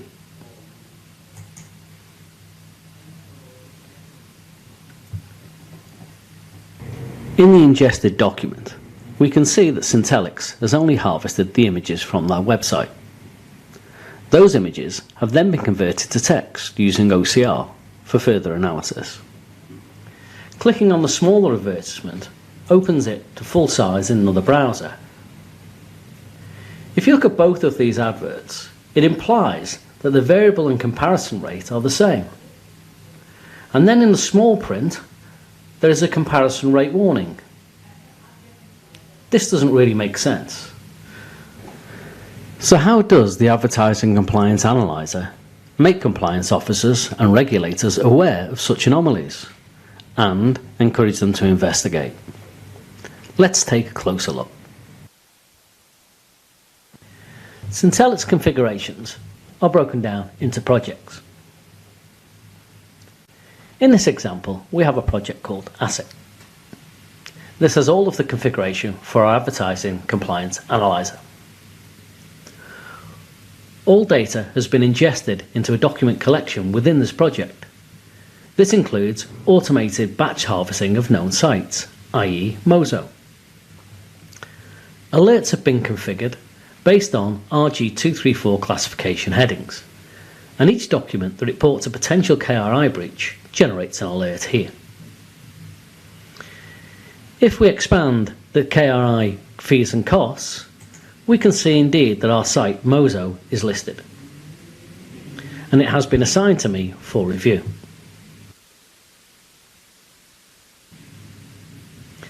Clicking on this document opens and highlights in red the specific text that has been identified as a potential KRI breach in this classification.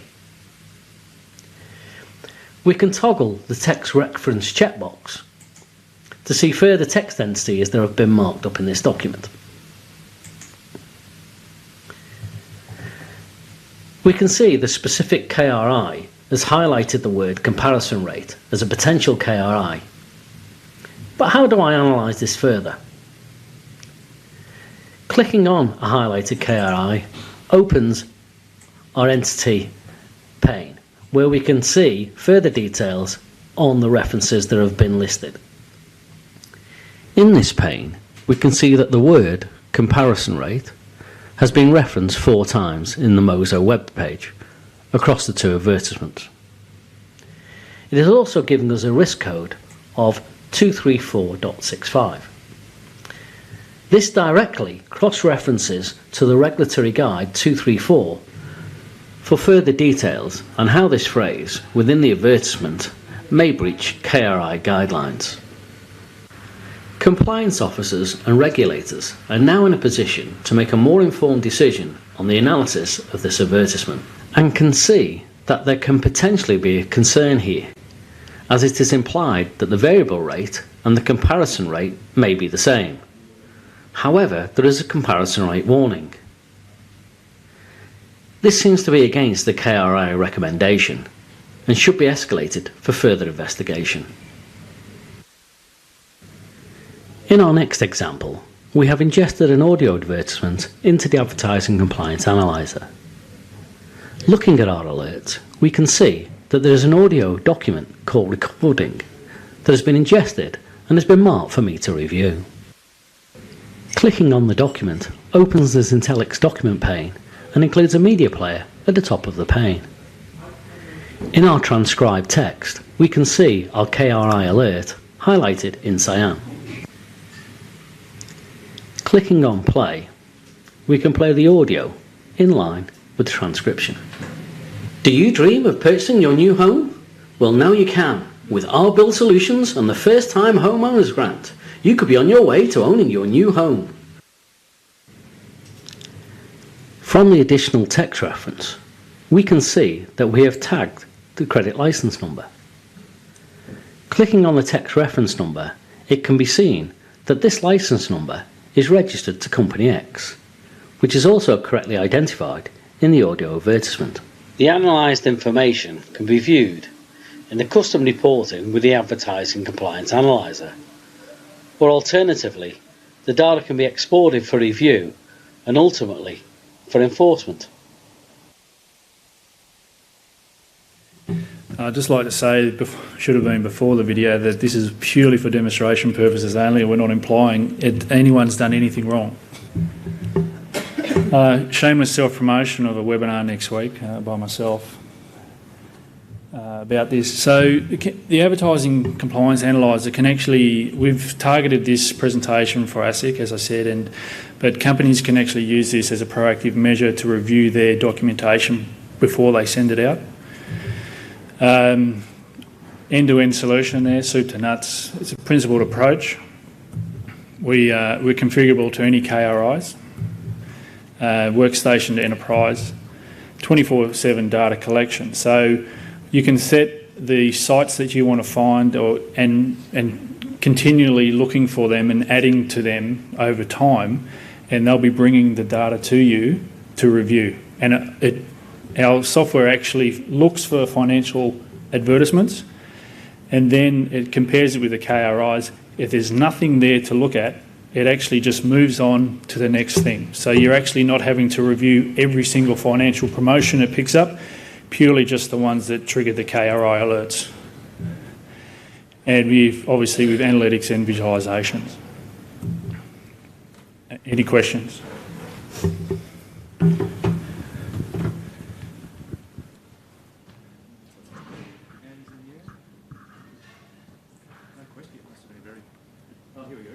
Oh, thank God. Thanks for the demonstration. My question is that how is the accuracy of your solution tested and how often? We actually have a test engine that is run against the accuracy on a regular basis. I can't give you exact details, but we have within the development environment, we have a full set of test scripts and test information that we run against it to get the accuracy and check it on a regular basis. That also goes for speed as well. So, okay, because the speed of the ingestion is quite crucial as well. So we have the test environments for testing them as well.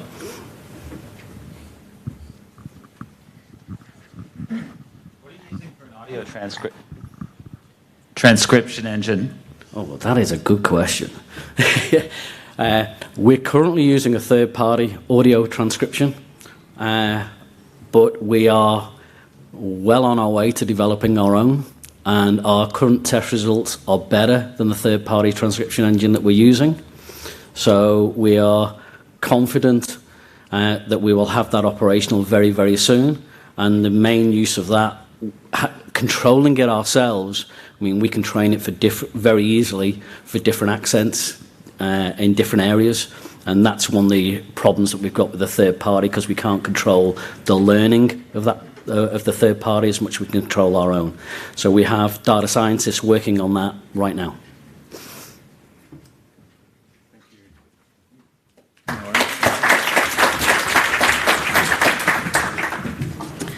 Which brings us to the final presentation this morning, Visteo. And the presenters should feel under no pressure for the fact that lunch is being wheeled out, but I do note lunch is being wheeled out, but we look forward to this one. Thank you.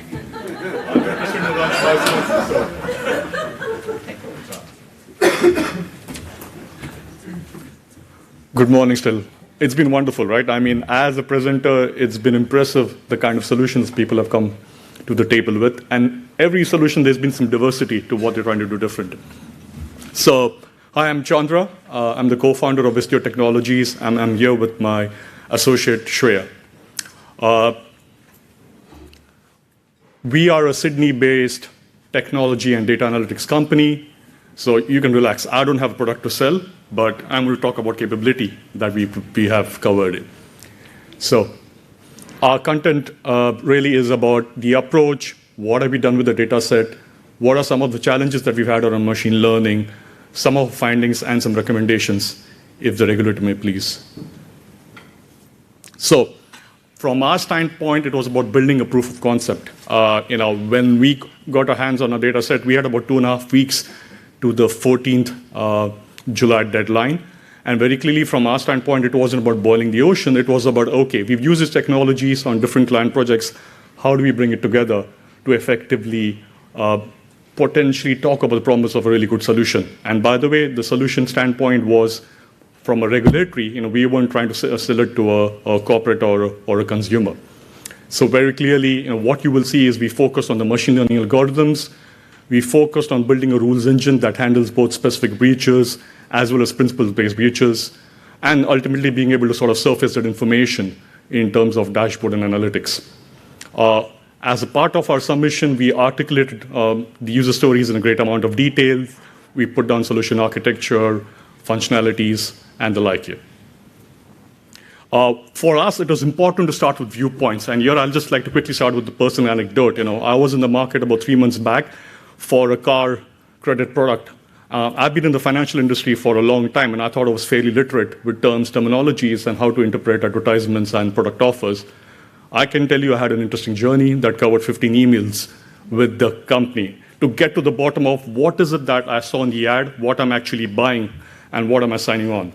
And if this is what I feel, or people in this room who are in the financial services industry feel, imagine the average person on the street. It's a difficult challenge for them. So the viewpoint is, from a consumer standpoint, ultimately, is the ad clear enough to cover the aspects of features, benefits, risks, and what does the consumer get out of the buying the product? From a regulatory standpoint, being where ASIC are, it's about, are we able to essentially significantly automate our processes to be able to catch compliance issues? Are we able to have a quicker turnaround time from identification of a breach to essentially closing out engagement with the impacted parties? Are we able to spend more qualitative time on the aspects of how to improve the overall quality of the ads in the industry, working with industry, rather than spending too much effort on manual work? And ultimately for the industry as well, potentially a kind of solution like this allow them to programmatically interact with ASIC, proactively maybe use a solution to sort of pre-comply, and most importantly, if you're able to do the above two, spend a lot less on cost of compliance, on any financial penalties, and most importantly, reputational impact. If you're able to do all of the above three, your ultimate aim should be that you've got advertisements out there and advertisers who are competing for best outcomes for customers. So from a high level, this is a data flow. It's pretty similar to what everyone else has done, so I'm not going to dwell too much on it. But the point is it's an iterative data cycle. You consume data, you extract data and metadata, you use ML and non-ML techniques for that. You put it through a rules engine and ultimately sort of surface the facts. And you manage all of this within the workflow so that it's not just a pure analytical solution. On the ML side, like some of the presenters talked about, we focus on extracting the data that you can see as well as the data that you can't see. So there's a lot of metadata in the images, in the video, in the audio that is as important when you're dealing with principle-based breaches as dealing with specific. So the emphasis is not just what you see, it's the pixel behind in some ways. On the natural language processing, this is a massive area. And I'm not even going to dare to talk about the various methods that are available out here, but really what were the outcomes that we were trying to achieve? We were able to do product classification basis the text. We were able to identify the medium basis the text. We were looking at the headline, the differentiation between the headline and the terms and conditions. Trying to convey and understand the sentiment that the headline was trying to convey. And we were obviously picking up entities like organizations, numbers, people, so on and so forth from the data. I'd just like to spend a minute on principles breaches, really not going through the details because that's already been done. For us, it was, these are good things to do. These are good practices that advertisers need to follow, but it ultimately is fuzzy at some level, right? So how do you deal with that challenge? Because in a program, you need to be able to sort of programmatically deal with principles breaches, no matter how fuzzy it is. So really, our focus was on the metadata in some ways, the semantics, the placement of images, the size of images, the complexity of the text to read for an average person. All of those played an important role when we were considering principle-based breaches. Now, the regulator had also asked as a part of a proposal to essentially define a risk rating. And the reality is there is no standard of risk rating, at least to the extent that we know, and it's publicly available. Old habits die hard. I've worked in a bank for a long time, so you had to come up with a risk rating, and which is what I've done. But it's pretty simple, right? You've got risks, breaches coming from specific rules. You've got breaches coming from principle-based rules. But the thing that's really missing, and the one on which there's been debate in the industry, is how do you identify complexity of products to customers? Because ultimately, a deposit vis-a-vis a novated lease, vis-a-vis a business loan, or a credit card with a balance transfer, these are very different products. And if there's no easy guide for consumers on what this complexity means, you have a challenge. And this is important because when you're trying to apply rules, you need to bring in the sliding scale of what is a product and how complex it is, because that interpretation is important. You could have a very simple ad for a simple product, and you could have a complex ad for a very complex product, right? And you need to look at them very, very differently. I'm not going to push this down your throat. I know there's lunch out there, but bear with me. Simply put, higher the risk rating that the system calculates, greater the chance that there is a scope of misconveying messages, and worse off, a greater chance of misinterpretation by consumers. I must add that the ASIC has already done some work, I think in report 384, way back in 2014, which talks about some of this. And my hope is between industry, ASIC, and consumer representatives, some work can definitely be done on coming up with a product complexity scale There are globally jurisdictions, for example, that for mutual funds have color-coded high risk, medium risk, and low risk products. And so something I think needs to be done. From a rules engine standpoint, again, this has been touched upon by everyone, so I'm not going to spend too much time on it. You've got the ASIC rules, you've got the data coming in together. We use that to effectively identify specific breaches and principles breaches, which then come together to essentially form the breach register and the risk rating.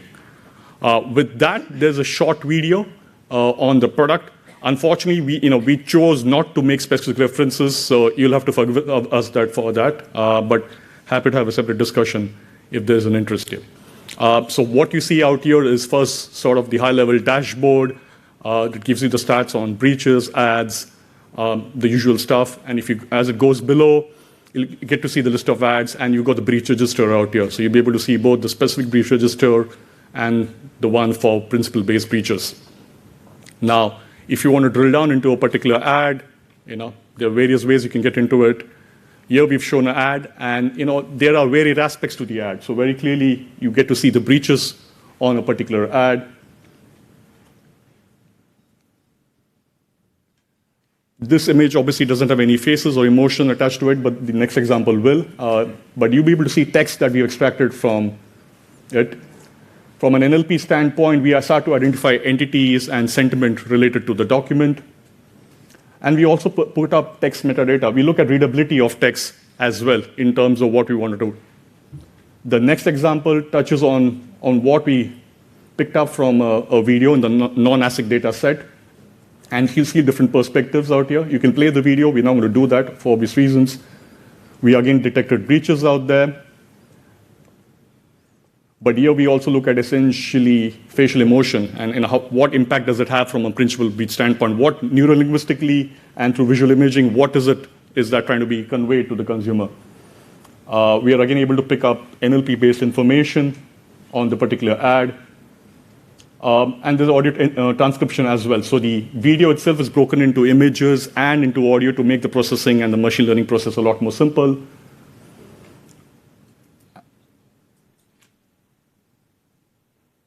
Bit more of that, text metadata.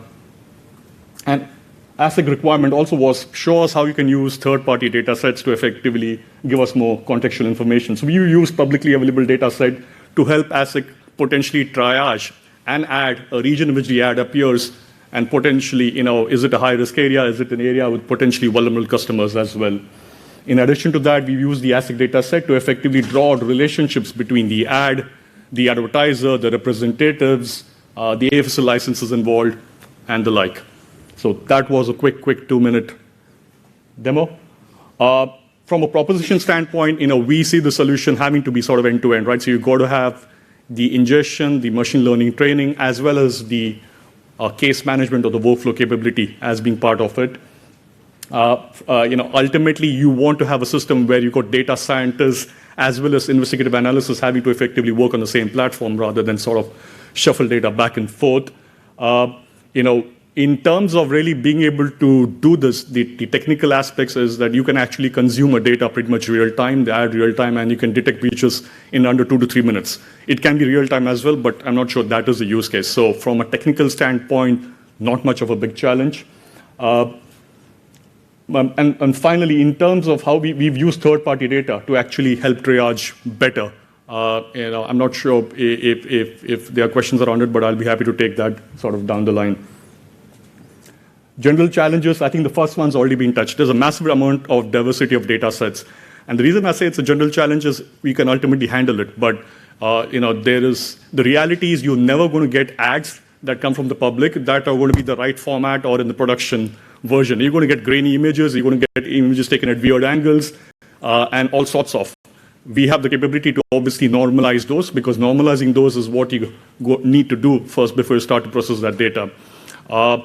Text recognition, we average an accuracy rate of 90%, to be honest, and going beyond that is possible, but you just need a greater data set to sort of work with, because in addition to such brute force text recognition, you need to sort of use NLP-based dictionaries to fill up missing words and other challenges here.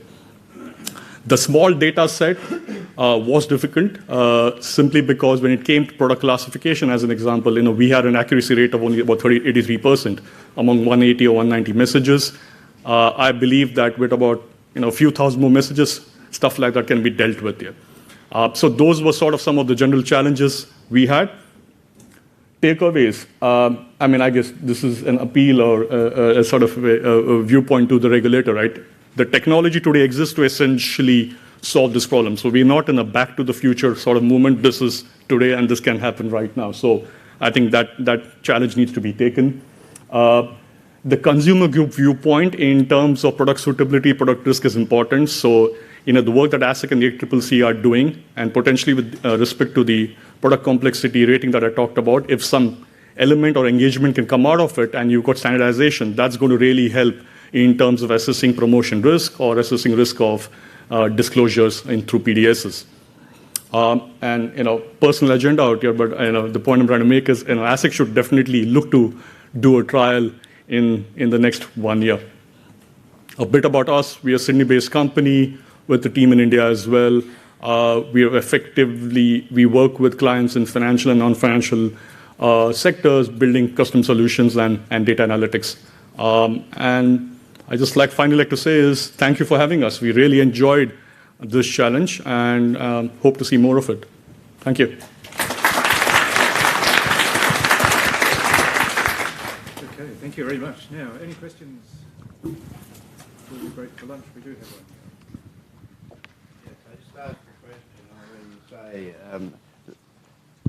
Third-party data sets to assist triage.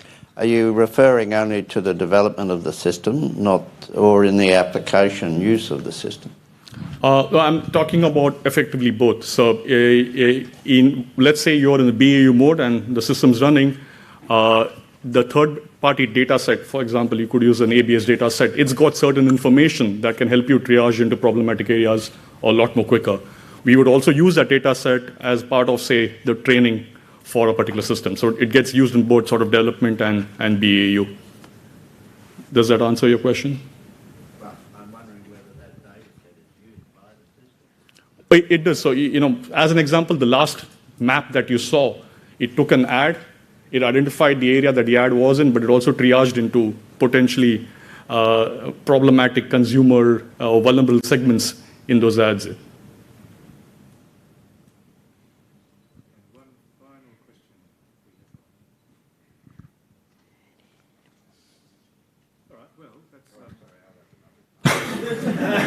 Thank you. And that is your reference to open source technology. Can you give some examples? Sure. The reality is, and I guess all the demonstrators will probably attest to that, is open source is where the center of gravity and the intellectual might is today. It's not intellectual property, it's intellectual might. So to that extent, the entire proposition that we built extensively uses open source for image recognition, open source for text recognition, NLP, analytics, visualization. So if someone's trying to sell you a solution that's extremely proprietary, I would say look at the future and make your own decision. Yeah. Awesome. Thank you.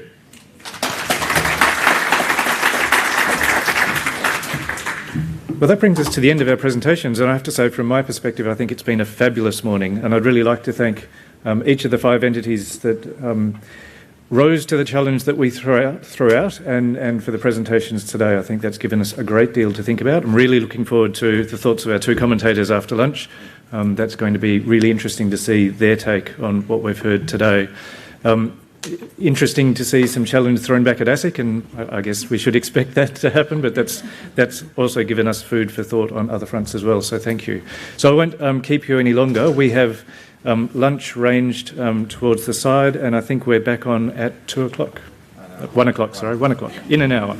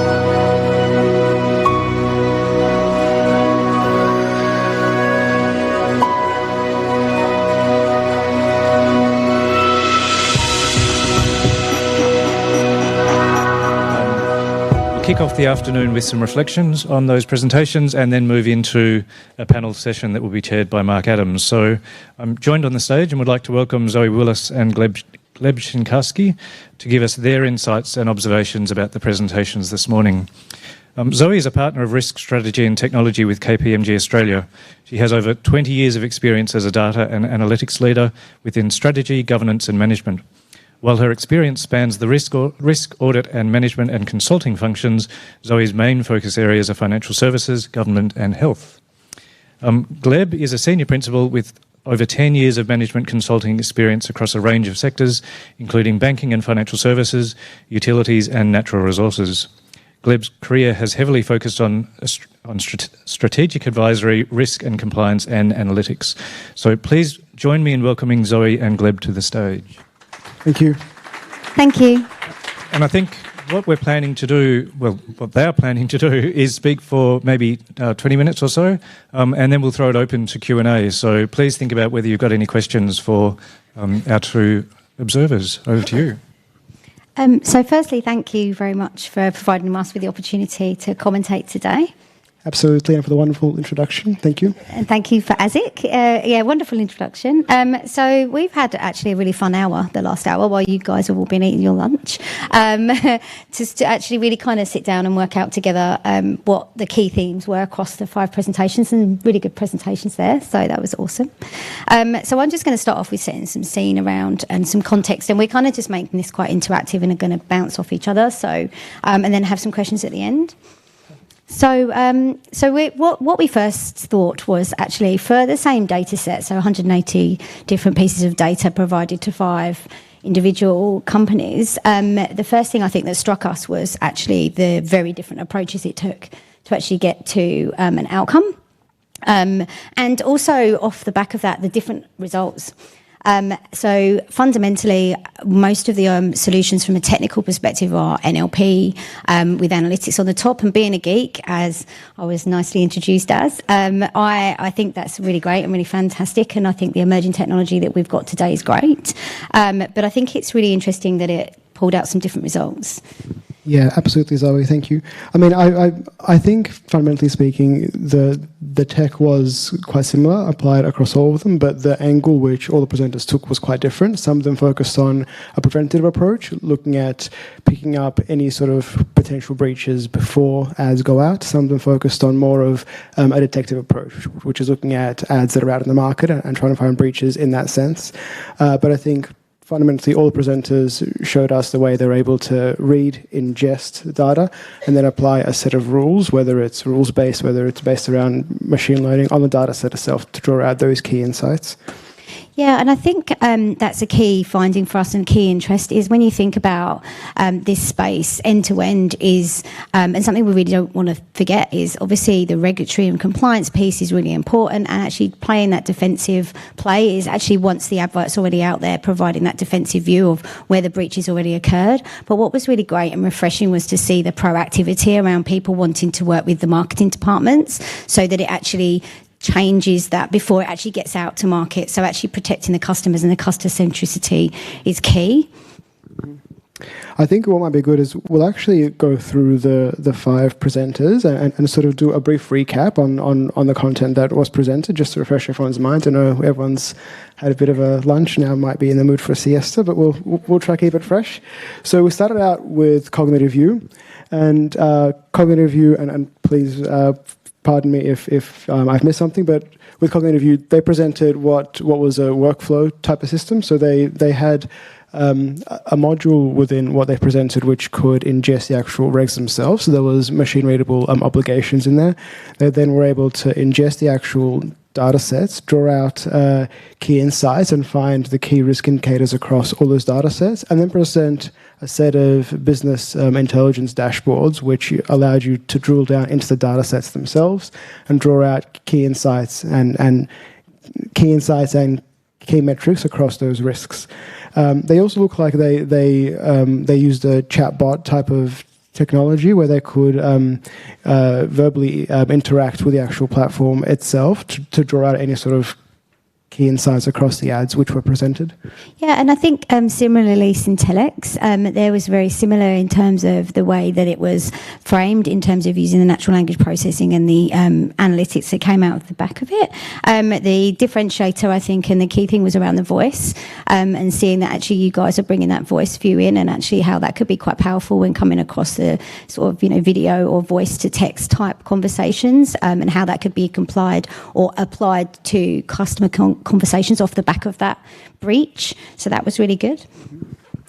It was good to see Law of the Jungle took a preventative type of approach where they looked at the ads as they're being developed themselves, and I think that's obviously quite helpful. Obviously, in the context of increasing the efficiency of the workflow and reducing the time that it takes from ad conceptualization to going out into the market by being able to find those potential breaches within the ads or within the materials which are being produced and to be able to address them at the source rather than need to go through a remediation program and so on and so forth, which obviously is something nobody wants. And then there was Red Marker.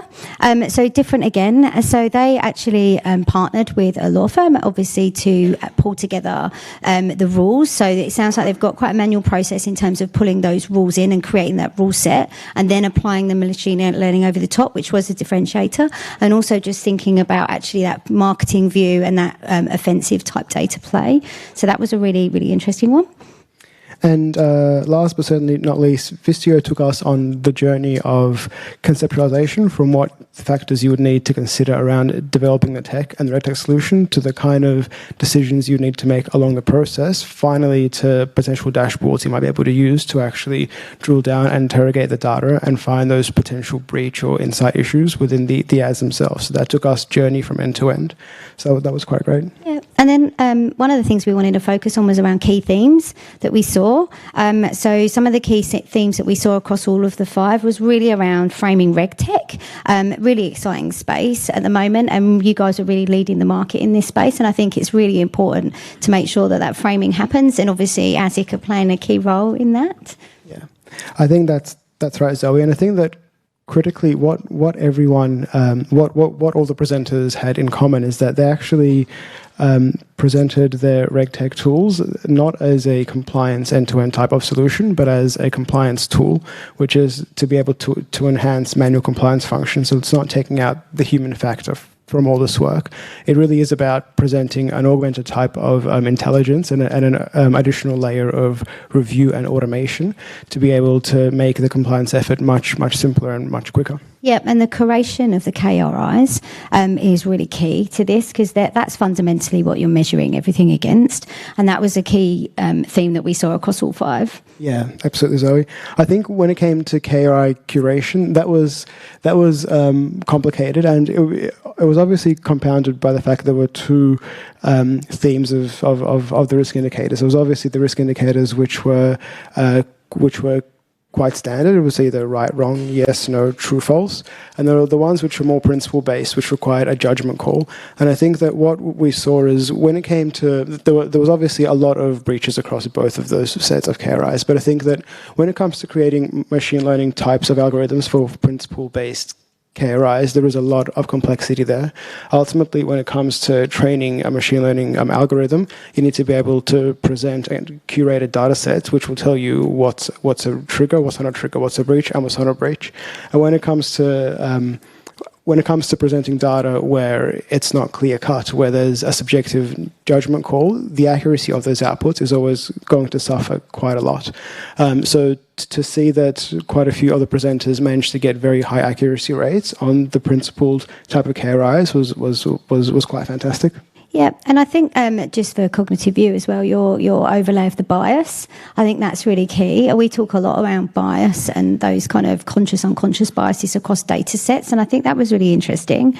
And then we kind of, after we sort of thought about the 5 presentations, we kind of took a step back really and sort of thought about, well, why are we here? Like, what's the problem statement? So why are we actually creating all these cool, funky pieces of technology? Why does RegTech exist as an industry? And I think it's around... 1, trying to make ASIC's life a little bit easier, but 2, it's about the customer. So the customer centricity and maintaining the, really difficult to navigate all of the products and things and the adverts that are on the market today. And as a consumer of those myself, I find it's actually very confusing. So ultimately, we're trying to help the customer and actually provide the customer with a clearer voice and a better view, and to mitigate that risk, and also to help businesses really reduce the remediation activities that we know are happening in Australia today. And I think that's actually something that was really key to talk about. Yeah, certainly, Zoe. I mean, when kicking the tires around on this, it became quite apparent that you really need to focus on the use case of how the RegTech is actually going to be used in this context. In this context, and I think that ASIC did an outstanding job in providing all the participants with a great curated data set, which presented all the ads with all the content in them, where you could obviously OCR, and you could read all the text down, and then you could apply rules apply the rules onto that text. But I think that in the broader market context, the piece of the equation that we shouldn't lose sight over is the fact that if this was to be applied in a supervisory type of context, you actually need to go out and find the ads themselves. So you need to be able to differentiate, let's say, text over a podcast as random text versus text which is specifically the ad, or you need to be able to find on a website a link to an actual web banner as opposed to text within the website, or with a newspaper article you need to be able to see where the ads actually are and then be able to differentiate and read the ad text. And I think that context is something that's notoriously hard in machine learning and in applying RegTech, because whenever you read a sentence or a word, you need to be able to frame it within the context with which that's applied. And I think that's where the real challenge within this exercise comes in. And it was really great to see a lot of the presenters be able to really frame that. And I think that when we are creating these tools and we are focusing on the workflows, which a lot of the presenters actually did, I think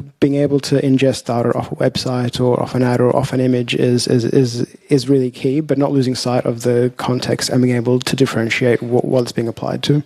Yeah, and on that note, I think and again, we talk about the emerging technology and the NLP and the analytics, but I think what we mustn't forget is the human voice. So whilst these technologies are fantastic and they will show where the breaches are and really point teams of people to where those breaches could potentially apply, the human voice around actually making that analysis off the back of that and actually showing where to point teams of people in order to mitigate the risk for customers is really crucial. So everyone talks about AI, but the human voice is really important, and the human analytics on top of that. So have the tool and show the dashboard and show where the breaches apply, which is absolutely fantastic, and getting rid of all of that kind of, really process driven, and then really focusing teams of people onto how to actually really mitigate those risks and breaches from a compliance perspective is really key. Yeah, absolutely. And I think importantly, just piggyback off that, is the human factor in this whole piece is not to overcomplicate things. There was a lot of very sophisticated and very sort of high tech that was presented previously, but I think there's a tendency, and I'm guilty of this as well, is to get quite lost in trying to build more features and more enhancements. And I think that in doing that, you can often lose the end user or provide a negative end user type of experience where you add too much complexity into what's being done. Yeah, and I think also around leveraging third-party data sets is key as well. It's like actually looking at your data set and then looking at ASIC's data set, but then other data sets that are available out in the market is critical to this, because there's not one view fits all. And I think that that's something that really was really interesting and good to see, how actually third-party pieces of information are actually also changing the game. Obviously, there's an overlay and more time that's needed from a technical perspective to do that, but I think it's critical that you don't just have one view. Thanks. I know we've been going quite quickly. Yeah. Maybe we should pause briefly to see if there's any questions within the audience, or any comments, or any criticism. Anybody want to add anything? Like any of the people? Just while people are finding their voice, you asked a really interesting question, why are we here today? And I think there's probably a number of answers from different people in the room. Yes, RegTech would probably make our job easier as the regulator, but I think we're also really interested in making the compliance job easier for those who have the compliance challenge. So it's part of why we're here today is to try and facilitate the kind of progress that will reduce the compliance burden. Yeah, and also make the customers' job easier to choose their products without being, because ultimately to that point is helping the customer, and that customer centricity is super important now. It's such a complex world. There's so many different regulations that need to be adhered to, and also so many different products for people to choose, that's actually really key. That's right. I mean, at the end of the day, we're de-risking the experience of the customer, and I think that's why we're all here. Yeah. I had a question and also a comment. While we've focused on the in a sense, the legal obligations in writing the rules, entities are also subject to other, like industry codes of practice, and also internally, many organisations now have a voice of customer or a customer advocate.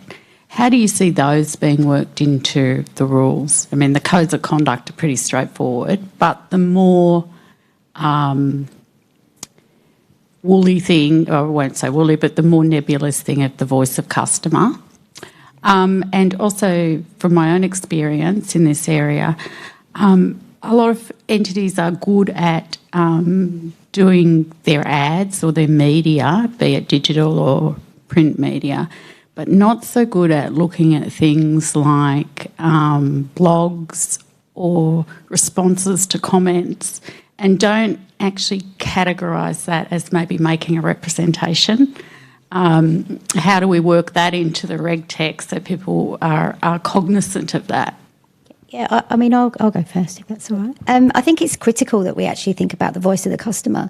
So building that kind of, whether it's social media or qualitative or focus groups, I think that marketing departments can actually really start thinking about that when they're creating the ads in the first place, to actually really understand that the products that they're creating actually are focused on the customer, but also really keeping one foot in that remediation space. So learning from where they've had to businesses have had to remediate in the past, and using the data from there productively to then make correct future choices about the products they offer. We're seeing a lot of industries, certainly at KPMG, where businesses are actually trying to simplify the number of products that they are actually providing, because it's very competitive and very complex. So that simplification process of simplifying down those products, making sure that they are compliant and have that overlay from a risk perspective is critical. And the voice of the customer, I think we forget that if we involve the customer through that product development cycle, I think the uptake on those products would be a lot more. So I think it's crucial that we do that. That's an excellent question. I think the voice of the customer really is quite priceless, and absolutely it's more nebulous than what's black and white on a page and what's written in the NCC. But I think that you can absolutely codify customer feedback as a set of KRIs that would need to be curated, and it could be looking at issues like certain types of thresholds, or you could be looking at trends in terms of the customer feedback or themes which are being drawn out of there to find other KRIs or other indicators of risk or poor advertising which the customer would have picked up, which might not be codified in legislation or within the regulations. So I think that's where it's that curation process, which is where the human input would need to come into the picture. So once you're able to collate and curate the customer feedback into a set of clear-cut key risk indicators, I think you can absolutely apply it within the same technology. And I also think when we've got the emergence of social media technologies and some of the things that are happening around the world with that, I think we need to not forget about those platforms, because they have quite a big reach in the number of customers they reach. So I think actually applying these types of technology over those, sort of overlaying those technologies and those factors, I think is critical, so that actually people, because anybody can go on and create an Instagram or something and start providing product perspectives over there, and that's a breach to a certain extent, or can be. So providing that view over the top of those, where we're in a social media world. So yeah, it's important. I shouldn't be doing this. I should be leaving the floor to you two, but I can't resist. Another part of an answer, I think, to your question is the kind of RegTech we're talking about is to try and capture things that have gone wrong. In giving voice to the customer and listening to the customer and ensuring that you're meeting those kinds of standards, I think you also need to recognise the critical importance of the development of advertising or financial promotions, because that's where the really key question is this, are we telling a sufficiently simple story? Does it properly reflect the product? Is it fair? Is it appropriate? And if you ask those questions at the outset, you're very unlikely to come across the compliance concerns that we might otherwise be grappling with or tackling. So I think maybe what I'm trying to say is this stuff is really important, but it is one part in the process of ensuring the right outcomes, and the right outcomes start at the very beginning of the process as well. And just to add to that, I think it's again, to my point earlier is around, it's really great to see ASIC on the forefront of this, but actually yourselves actually having the learning from this and this environment and this technology to actually help you with your future regulations and building that in so that you can bear the social media and all of those overlays into those regulations so that they are in the market and ready to go. So I think there's that whole kind of end-to-end for you, which is really, really critical.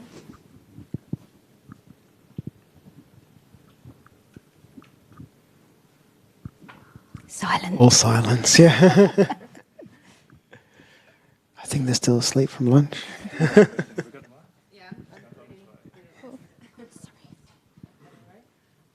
Sorry. Thank you so much for the summary. I think the bias, the context of any technology is definitely critical to what we're trying to do. And I think, as all of three you mentioned, that proactive approach versus reactive and trying to capture what had gone wrong versus how we can prevent it as an industry is a critical part. But what are the main challenges you're seeing, shifting the outlook and the perspective of the industry from the reactive part to the proactive? So that's an interesting one because it's a heavily regulated market in some areas. So we are seeing a lot of the businesses really focused on defensive plays around, just trying to make sure that they are satisfying regulation and are actually not focusing on so much of that offensive play. And bias is a massive one, even just around ethical use of data and how to actually use that data to drive marketing and target the right clients in the right way and the right consumers in the right way. And I think it's a critical, we're at a turning point, I think. I call it shifting sands, that the consumers are expecting a lot more from businesses right now. We're expecting an almost, expecting that the trust is there. So when we provide a person with our data, or that they will trust that and they won't use it in the wrong way. But also the bias element around making sure that the NLP and everything else doesn't have that bias built into it. So actually, because we see articles come out all the time around facial recognition and various different pieces of technology that has bias built into it today. So it's the diversity and the key that we make sure that we do provide that bias overlay into the technology solutions and then actually out to the clients and customers. I think that was very thorough.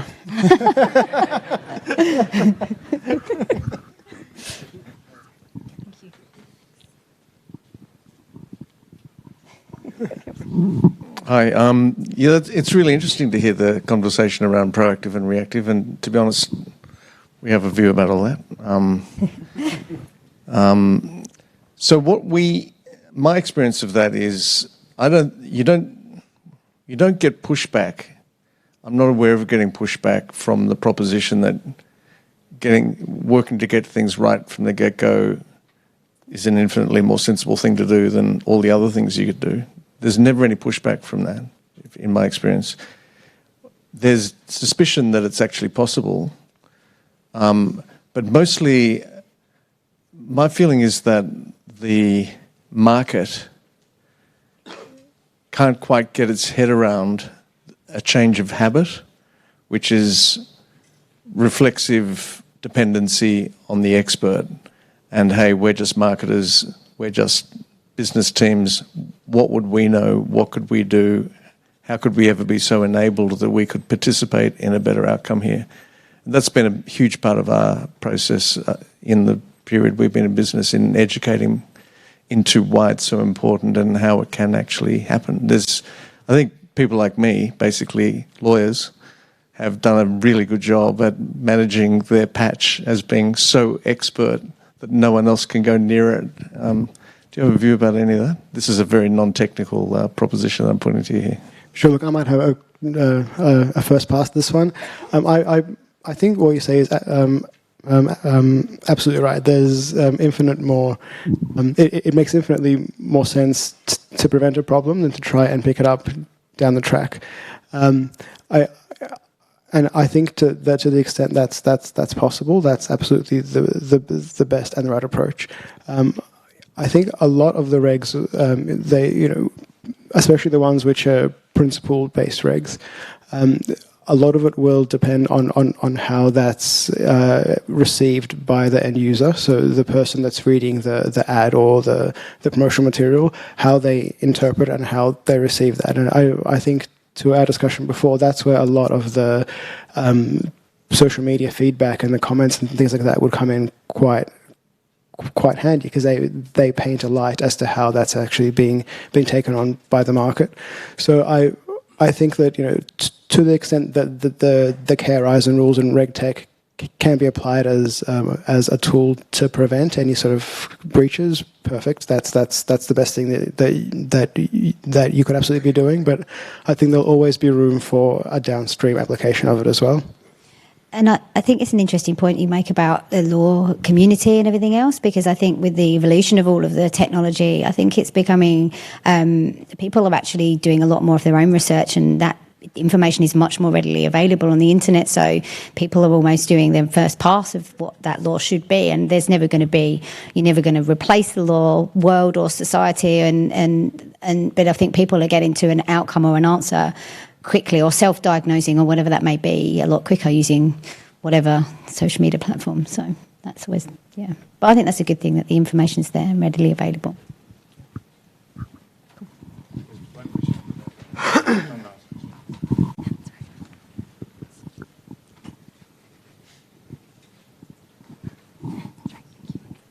Hi, my name is Jasper.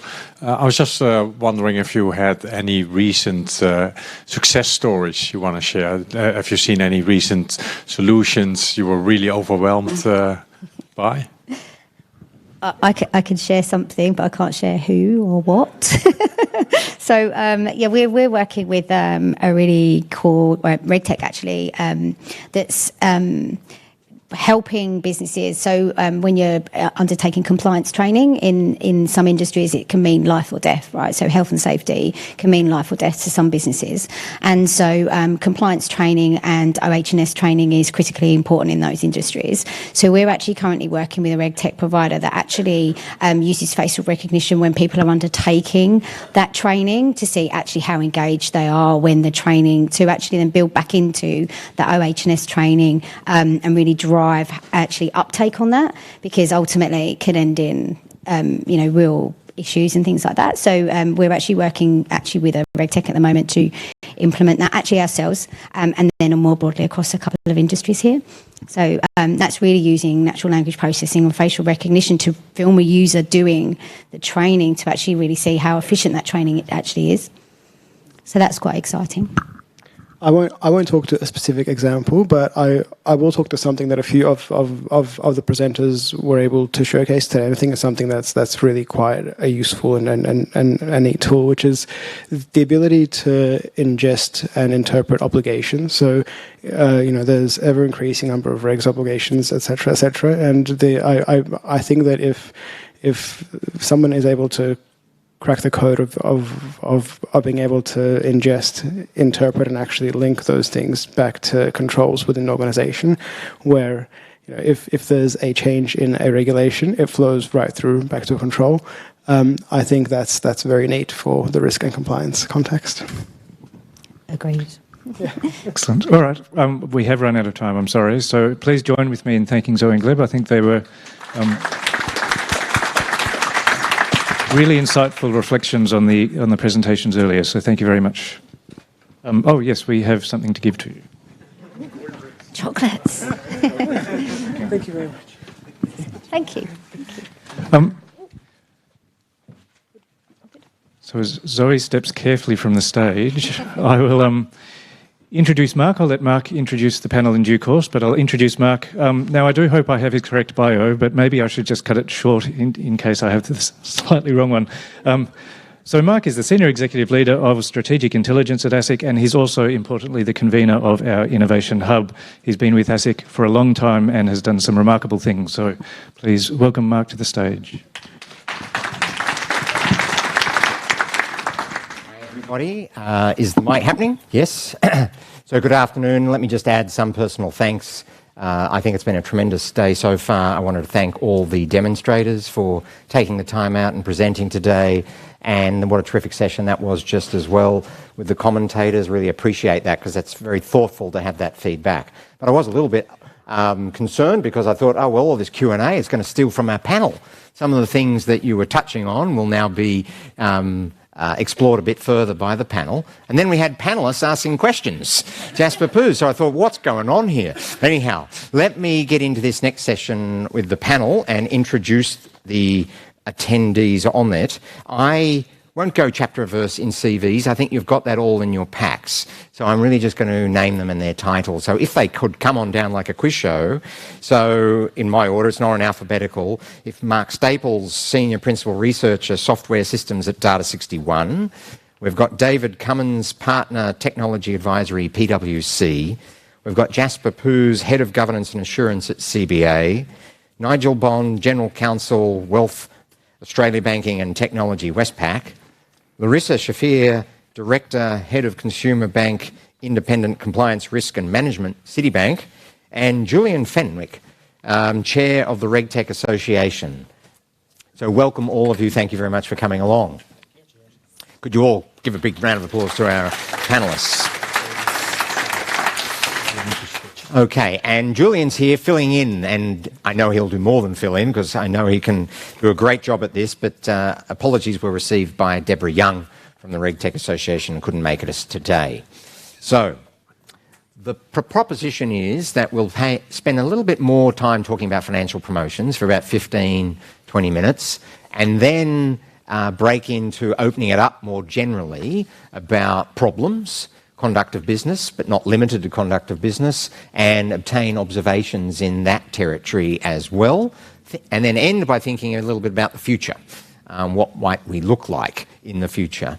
Then it's to come to you guys again with about 20 minutes of Q&A, and that'll be the end of the session. So no one's giving opening speeches. We're just going straight into Q&A, not expecting everyone to be able to, to make deep comments about everything, but we'll go through this little road trip together, and I'll do my best to try to steer us back and so on to various pieces. So let us start with financial promotions, and let's take away technology first. And I suppose I probably just wanted to ask Larissa, Nigel and Jasper come into this as the firms here on the panel. When you think about financial promotions, what kind of challenges do you think just are there, putting aside any application of technology? So any quick observations, maybe starting with you, Larissa? Well, I have to say that, does this work properly? Yeah. The presenter who put up the slide with the backwards and forwards between the compliance and marketing teams has it spot on. That is what the interaction looks like, and that's quite a challenge in itself. Not only is it time consuming, but it's also sometimes a source of conflict within the organisation when the marketers are very keen to go out there with wonderfully crafted messages and the compliance team is, pushing the other way. So this is an area that's really ripe for some review and some better tools and practices. Before coming here, I sort of talked to my team who do the marketing compliance, and I talked to some of our marketers, and I sort of got a sense that there are a lot of challenges, but you can boil them down to sort of three key areas that crop up again and again. One is the difficulty in working out exactly how much information you need to display in a piece of promotional material. Two is how to deal with the specific media and the limitations of that medium. And three is how to keep the readability of the promotional content and not spoil it with the compliance content.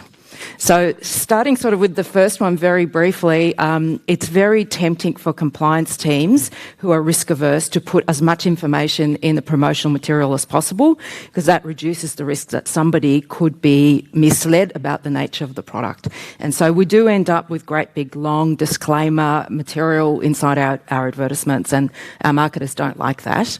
And I would probably venture to say that customers don't get a great deal out of it either. The more material we put in there, the less likely they are to read it, unfortunately. So that's sort of the content decision, which is a challenging one. Just briefly, the medium decision, or how to treat particular medium. Now that we're using a lot of very small medium like tiles and banner ads, we've got so little space to work with, and deciding what needs to go in there is very difficult. And from a compliance perspective, we look at each piece of marketing in its own right.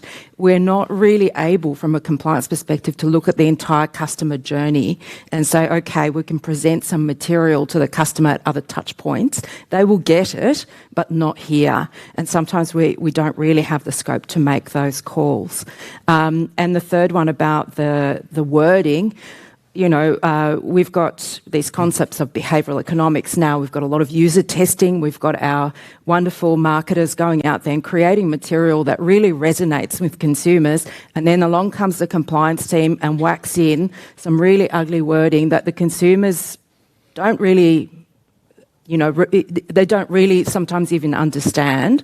And they certainly don't enjoy seeing, and it does spoil the look and feel of the marketing. Sometimes, we are bound by legislative requirements to use particular mandated words.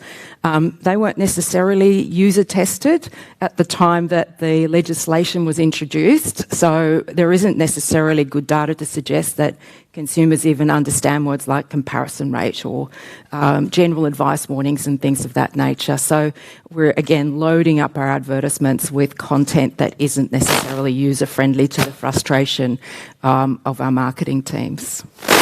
Thanks, Larissa. Nigel, did you want to add to that from some of your own experience? I think Larissa's hit on a lot of it, and I think Zoe, when she was talking earlier, she covered a lot of it.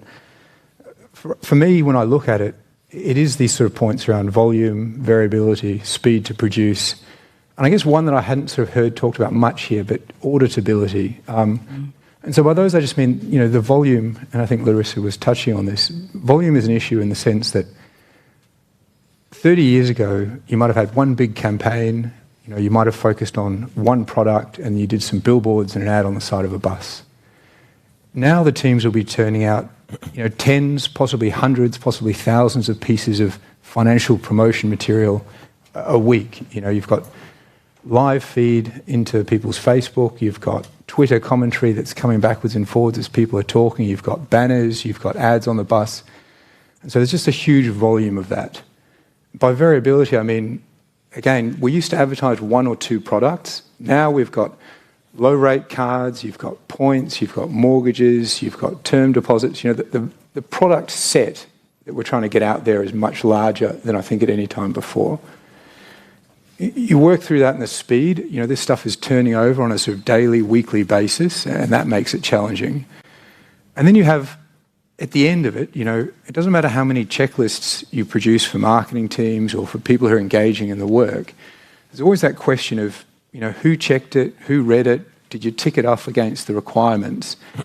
And that's always hard in a purely manual environment, and that's also been one of the big pieces we've been thinking about when we've been thinking about RegTech. So I just very quickly and then give it to Jasper, but those are sort of 4 points that I think are challenging. Thanks, Nigel. Jasper, anything you wanted to add? Or yeah, spot on. This problem, you're all living this problem. Yeah. So I've first of all, thanks for inviting me in such good company. And I came here today very excited to learn and to experience and connect, and you've literally over-delivered on all of that. So well done. I got thrown back to the times where I started off working at the equivalent of ASIC in the Netherlands. And I was running 3 teams that were reviewing advertising. And we literally started the day with scissors in hand and the newspapers cutting out the advertising. I also spent time in a bank signing off advertising, so I know how it is to be, with your arm twisted on your back, having to sign off something that's already printed, and the only option is to approve it. But yeah, we would have a campaign, maybe 500,000 folders printed, and that happens once every 2 months probably. So yeah, the volume and the pace also, it's changed a lot. At the same time, customer behavior has changed. So mobile first. We've got a very strong digital growth strategy, like all banks have. So it means we have more channels, different channels. A phone screen is only so big. So how much disclaimers can you put on it?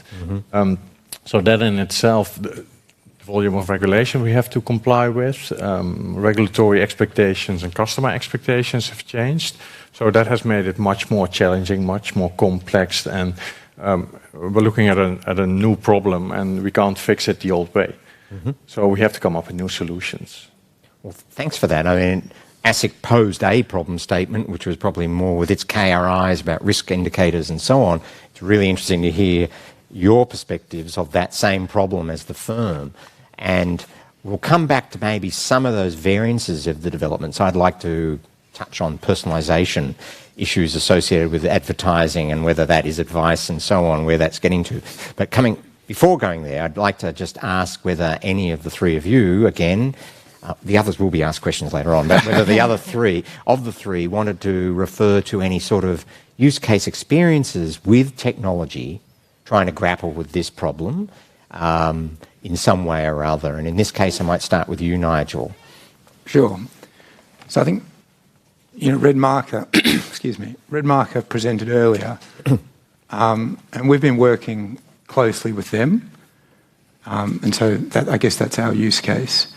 But it's interesting because as we've worked with them, the idea is, it's like a lot of this technology, it's about trying to make it as real time as possible. So, and an example would be, fraud prevention. Historically, it used to be you'd run a batch on a weekend and then you'd identify your fraud issues and you'd tell people about it the next week.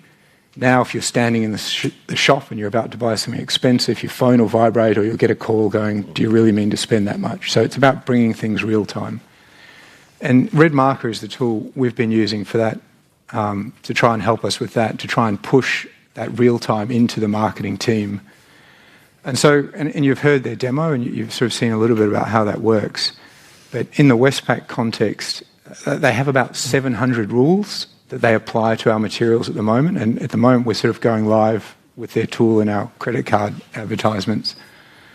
And if you think about that for a second, right, that's 700 rules. So if you have an individual person and they're reviewing a piece of material, by the time they've looked at your ACN and checked those are the right numbers, and they've looked at your ACL and they've made sure it's actually spelt out and it doesn't say ACL, and then they've checked the numbers, and then they've looked at the AFSL and they've checked the numbers on that, and then maybe there's some white labelling or a distributor or somebody else involved in the process, and they've checked their AFSL and they've checked their ASN.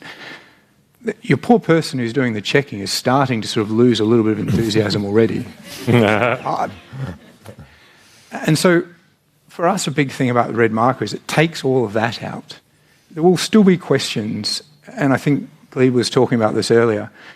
There will still be questions that require some human element. How have you gotten comfortable you have the balance between the risks and the rewards articulated in the ad? Challenging for a machine, a lot easier for a person. A lot easier for a person who hasn't had to churn their way through the ACN, the ACL, the AFSL, and goodness knows what else. So if you can run your analytics, and this is the experience we've been having, if you can run your analytics across that, and they can effectively automate all the stuff that's boring, for lack of a better word there, and leave them with those qualitative assessments, then that person is coming to it a lot fresher. They have the checklist there, they have the tool already telling them that they need to check these ones, and then they go through it. That leads to an improvement in both the work that the person's doing and the outcome for the customer. And again, I think Zoe was saying this well, right? The whole point of this is to deliver a better customer experience. And so helping take out the boring stuff, allowing focus on the qualitative stuff will get you to an outcome where the person has considered the issues that the customer is seeing and hopefully get to a better customer outcome. And just two other things I'd add to that. One is the 700 rules incorporate both the strict legal requirements, but also an added buffer, effectively, that reflects our risk appetite on those rules. And I guess the other thing is what it's doing, and the way, and I've discussed this with Remarka, but the way the tool is intended to work, and it sort of comes to this point about uplifting capability, is it's not just correcting things, but it's hopefully training. And if you can get it right into that front line, it's actually training the marketing person so that they start to know, oh, if I say this word, I need to say these other words. Because every time they say the wrong ones, they get the right ones, and it comes up in a little box, and they get that example. And so it's not just a preventative tool, but it's also a piece of training technology. And I think that's an interesting way to think about it, because it comes back to if you can uplift the capability of everybody, then you're still going to get to a better outcome. Mm-hmm. So thank you. Believe that.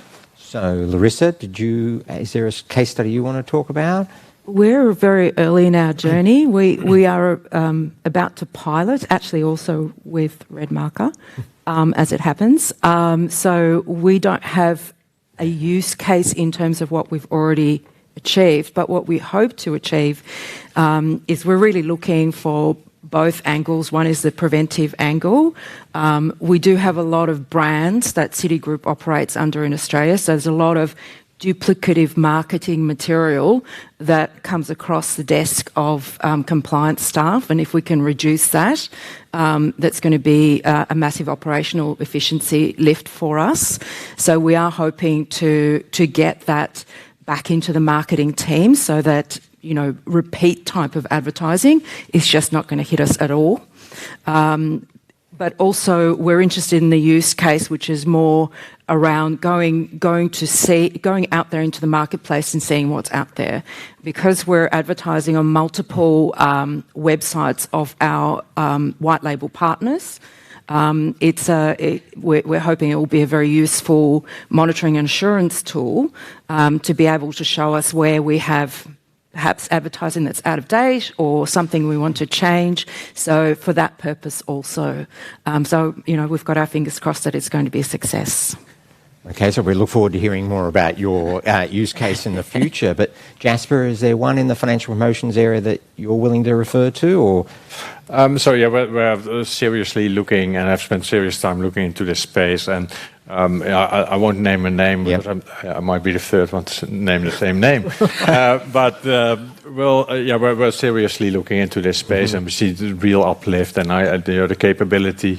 And I thought I already knew a lot about the solutions in this space, and after seeing the demos today, I still got a few new sort of perspectives and ideas around it. So I think the solutions that are out there have still potential also to further develop, and that's also the exciting thing in this space that we're not yet at the end, and there's still a way to go. And I really like the Law in the Jungle visual with the very vibrant jungle in front of us, of course, there's some dangerous dark spots in that jungle, but there's also an abundance on fauna and flora to be found there.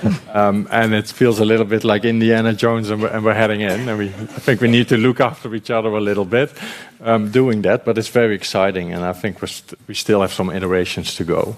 Okay, well, thank you for that. I think all three of you have emphasised continuing to tell the story to each other is one of the opportunities. I know there's sensitivities around that too, but that's something that we can continue to explore and look to those. I've got two sort of little additional questions in the financial promotions area before we go. And by all means, Julian, Mark, David, if you wanted to buy into this, because the first thread is that you talked about all the variety of media.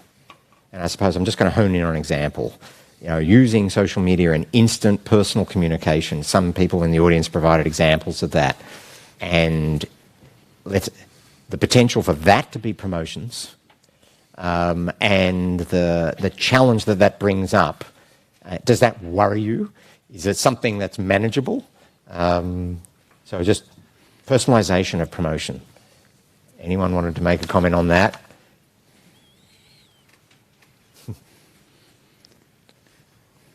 Yeah, it's a difficult one. I'm just thinking it through. It's okay. Well, let me add the other twist to it, and let me add and even make it more difficult, and sort of say, because I know we chatted about it in a call, is to the degree that it's responding to someone in an interaction. So now it's personal advice, perhaps, in the context of a promotion on a personalised basis. That challenge.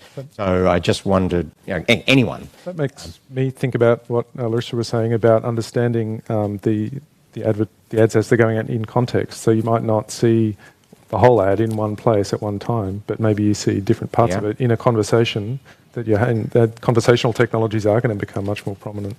So I think whether it's on social media or whether you're talking to your phone, you might very well get ads, and then the whole conversation might have various parts of, the whole story that's required to be delivered.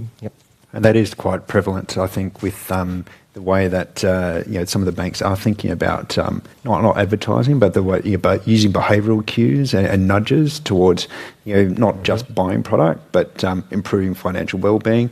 Definitely, sort of in that realm of how do you use social media, how do you use sort of presence and multiple digital channels to provide those nudges. So I think it's a really good question around how do you provide a bit of compliance over the top of that, particularly when it can be long-running campaigns or sort of conversations that you're having with your clients. I'm not necessarily expecting an answer. I'm really just exploring that potential, that future, and whether it's on your radar, which I'm sure it is. It's a risk appetite question to it too, and then to the degree that technology may be fundamental for managing that. Well, certainly, sorry, I'm not sure if this one's working, so maybe I'll use that one. There was one of the solutions earlier this morning which looked at creating personas which would attract the advertising, and I think we're getting to that point in all advertising and even in communications where we're getting more and more personalised. So from a regulatory point of view, maybe put it back to you, Mark, is how is ASIC looking at regulating? Are you looking at creating different personas, a vulnerable customer persona, those sort of I suppose mystery shopper? Who's the facilitator here? Oh, sorry. I'm sorry. Old habits die hard. I'm just going to say... I thought that it was at least one of the vendors this morning was considering that. No, I think all I can say is this complex environment is not only a challenge for the firms and others, it's obviously a challenge for us in our supervisory function. And on persona, it's obviously something that we think about, and there's a lot of laws we have to comply with. And so let me just say that, I think, at this moment. Also, I think... 007 of you. Beg your pardon? Very 007 of you. Well... In terms of people understanding what the warnings mean, you might need to give different explanations for different audiences that have different levels of sophistication. So I think it's an interesting suggestion. Maybe there should be more user experience work done, by regulators or in trying to craft, language that is going to be understood by people. So that's something actually we're trying to do in the consumer data right standardisation that we're doing in Data 61, is doing user experience studies around the consent messages for data sharing and seeing what do people understand by that. Are they able to sort of form a valid understanding of what's going to happen? Good point.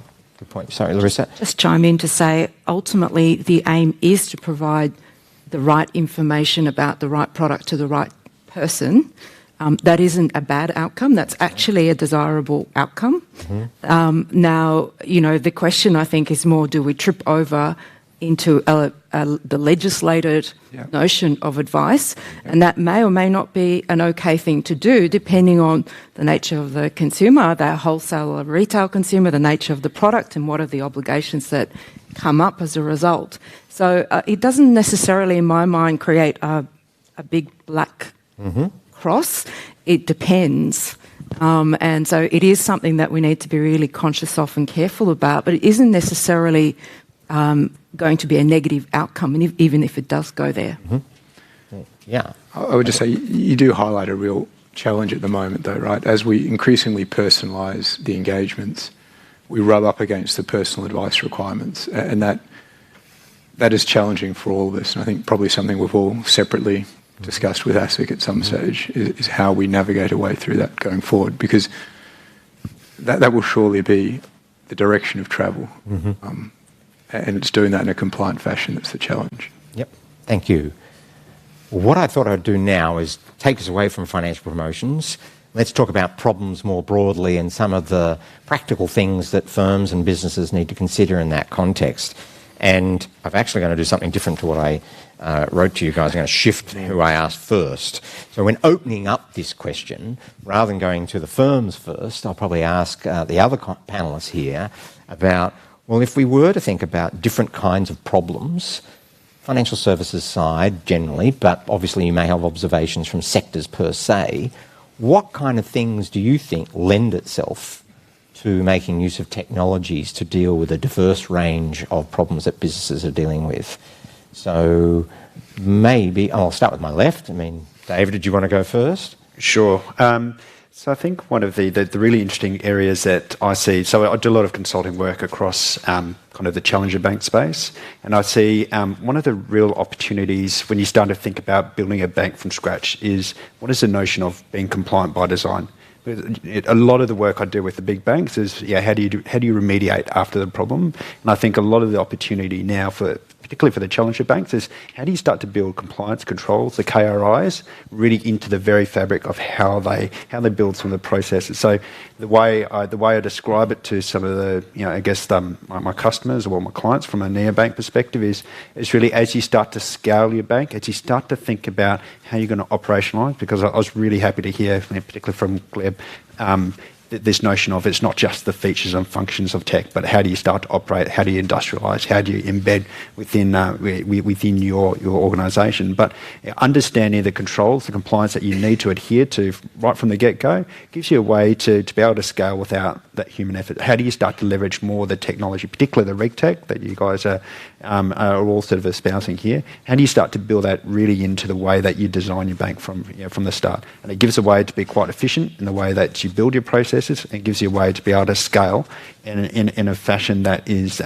it doesn't scale linearly with your product growth. You want to see that nice sort of plateau. So I think from an opportunity perspective, the one thing I always ask my clients to consider is how do you operate your compliance function? How do you start to build that into the way that you design your processes? Because it's not just about tech, it's not just about human resources, it's also about how you're going to operate in a regulated environment. Thanks, and I think you'd probably say this, because you were talking about neobanks then, but if I am a bank, and I'm not new, I'm sure you're saying as well the opportunities when there's transformation and change. Same theme. Absolutely. And I see across the larger banks, the tier one banks, a lot of emphasis around sort of process redesign and really looking at the service maps in which they're operating. And then I like to see how they're starting to consider, how they look at the controls framework, how's that getting embedded, how can they put some additional effort in if they're going to re-engineer processes, thinking also about not only the customer contract but the employee contracts, in terms of the way that you operate, and then the key controls that you're looking to embed. Because I think, I'm not an auditor, so I'm not gold by going and doing more sort of compliance work and lots of control tests. But it makes it easier to come back and actually prove that you're living to the controls that you have set yourself up for in terms of the bank. It's instrumented, it's ready, it's part of your process fabric. So that's, if you are going to be doing a big transformation, exercise, you're thinking about how you become compliant as part of that design work is really quite important. Okay, so it's sort of that message, no matter what your problem, there's opportunities around deployment or re-changing technology and seizing that opportunity. So just one more final point on that then is, if you're doing remediation after the fact, I can guarantee you it's always going to be more expensive than getting it right the first time. Okay. Mark, did you want to provide an observation? Yeah, I think if you're working in a regulated industry, then you've just got to satisfy the regulations. So the question is if you're going to apply technology to that or not. And even though I'm a technology researcher, the answer is about business. Is it providing some sort of business value? And so that was, I think, was interesting. I took it as a really positive sign about the maturing of the space from all the demos I saw this morning. They're all trying to target, they weren't just doing generic technology platforms, they were each targeting different sorts of business problems in different ways. Mm-hmm. So I think, and the sorts of business advantage you can get from the technology are then all ones about cost saving and consistency that were mentioned this morning. But I think another driver that we're seeing, particularly for RegTech and around compliance, is just enabling better business agility. So being able to launch a product faster because you're cutting back on the time required to satisfy requirements. Okay, thank you. And not just to not just to launch the product, but also because it's not just the advertising that needs to go out. It's the whole systems to manage the operation of that and the onboarding of customers. That they also need to be, aligned with the regulation. Okay, thank you. So again, the technology offers, it's good for the business and its decision making. Now, Julian, did you want to talk about the opportunity? I think and it's come out a little bit this morning, is that theme around customer centricity. And it plays into compliance by design. It plays into your product motivation and how you're advertising. But if we have at heart the best interests of our client, and we'll get a better business outcome from that, we start to think about those issues around compliance by design. So, and from a RegTech's point of view, the RegTechs need to be thinking about what's the customer outcome here, because that's where the regulated entities will have the most funding to invest into RegTechs. Okay, thank you. So now I might come back to the firm. So there's some high-level observations about the potential and power of technology to deal with problems. Are you able to tell us about some of your other problems? So where do you think, beyond financial promotion, you sort of say, there's some obvious ones which we're grappling with, which we think technology could play a major contributor to? So again, Larissa, I might start with you if there's... I'll share that Citigroup globally is looking at a variety of different technology solutions for compliance. Some of them I think are quite exciting. I'm not sure to what extent they're being used in Australia in different ways. So we are piloting in Singapore some machine learning type technology to look at sales conduct behaviour. That's sales representative sales conduct behaviour. So quite an interesting tool that will learn about what the good looks like, what bad looks like, and will apply that logic. We're also looking into using quite sophisticated voice recognition technology across call centres overseas, where that technology is looking at tone recognition as well as language recognition, which from a compliance perspective for me is very exciting because we can move away from surveillance that's based on sample testing to surveillance that's 100% across the board, across every call, and that's being conducted live. So you're not hearing it after it's already occurred. You can actually intervene during the course of the call, which I think is fabulous. So that's sort of two examples from what we're currently working on. And thank you. Before going to the gentleman, I'm just going to chip it there on the voice. Our third RegTech initiative has been a trial looking at voice analytics over life insurance calls, and we're intending to provide more details on that. But I suspect later October, Sydney or Melbourne, we'll probably be hosting an event where we'll be talking about our experience and our findings by the use of those sort of technologies and the potential of that across the spectrum. So now maybe Jasper, was there any other sort of pertinent use cases you wanted to point to? Yeah, so we've got a lot of work happening around reimagining the managing risk and risk framework, and that's that goes from and I'm dying to hear about machine readable legislation. But it's about identifying legislation, deconstruct it, automatically ingest it into our risk systems, then creating the lineage to the controls and to be able to actually have comfort around your level of assurance. And you alluded to that as well in your answer before. So I think that's really an interesting space. Then we've got things around more conduct-related experiments. Then, of course, AML is a big space where we're doing some exciting stuff. We're looking at chatbots. That's been really good, and you're training chatbots. We needed people to do that, so we called out we asked people to volunteer, and 90 people showed up to train our bots. And it's great because it gives the staff ability to have hands-on experience with these new technologies, so that it's really good. But I think that also will enable us to make the rules, what can you do, what can you not do, more accessible for staff. because I think that's eventually a challenge. There's so many rules we need to comply with, and people in the back office, front office, it's quite hard for them to get a full grasp of that. So we need to make that as easy as possible. So yeah, that's interesting. We're doing some interesting voice-to-text experiments. Our data scientists have built an engine where they automatically run sequences over all the complaints we've got to identify trends and issues. A human it's impossible to do that. A machine can do that. So that's we're really trying to utilize data and data science there. Okay, so the use case list is growing. Nigel, did you want to add any others?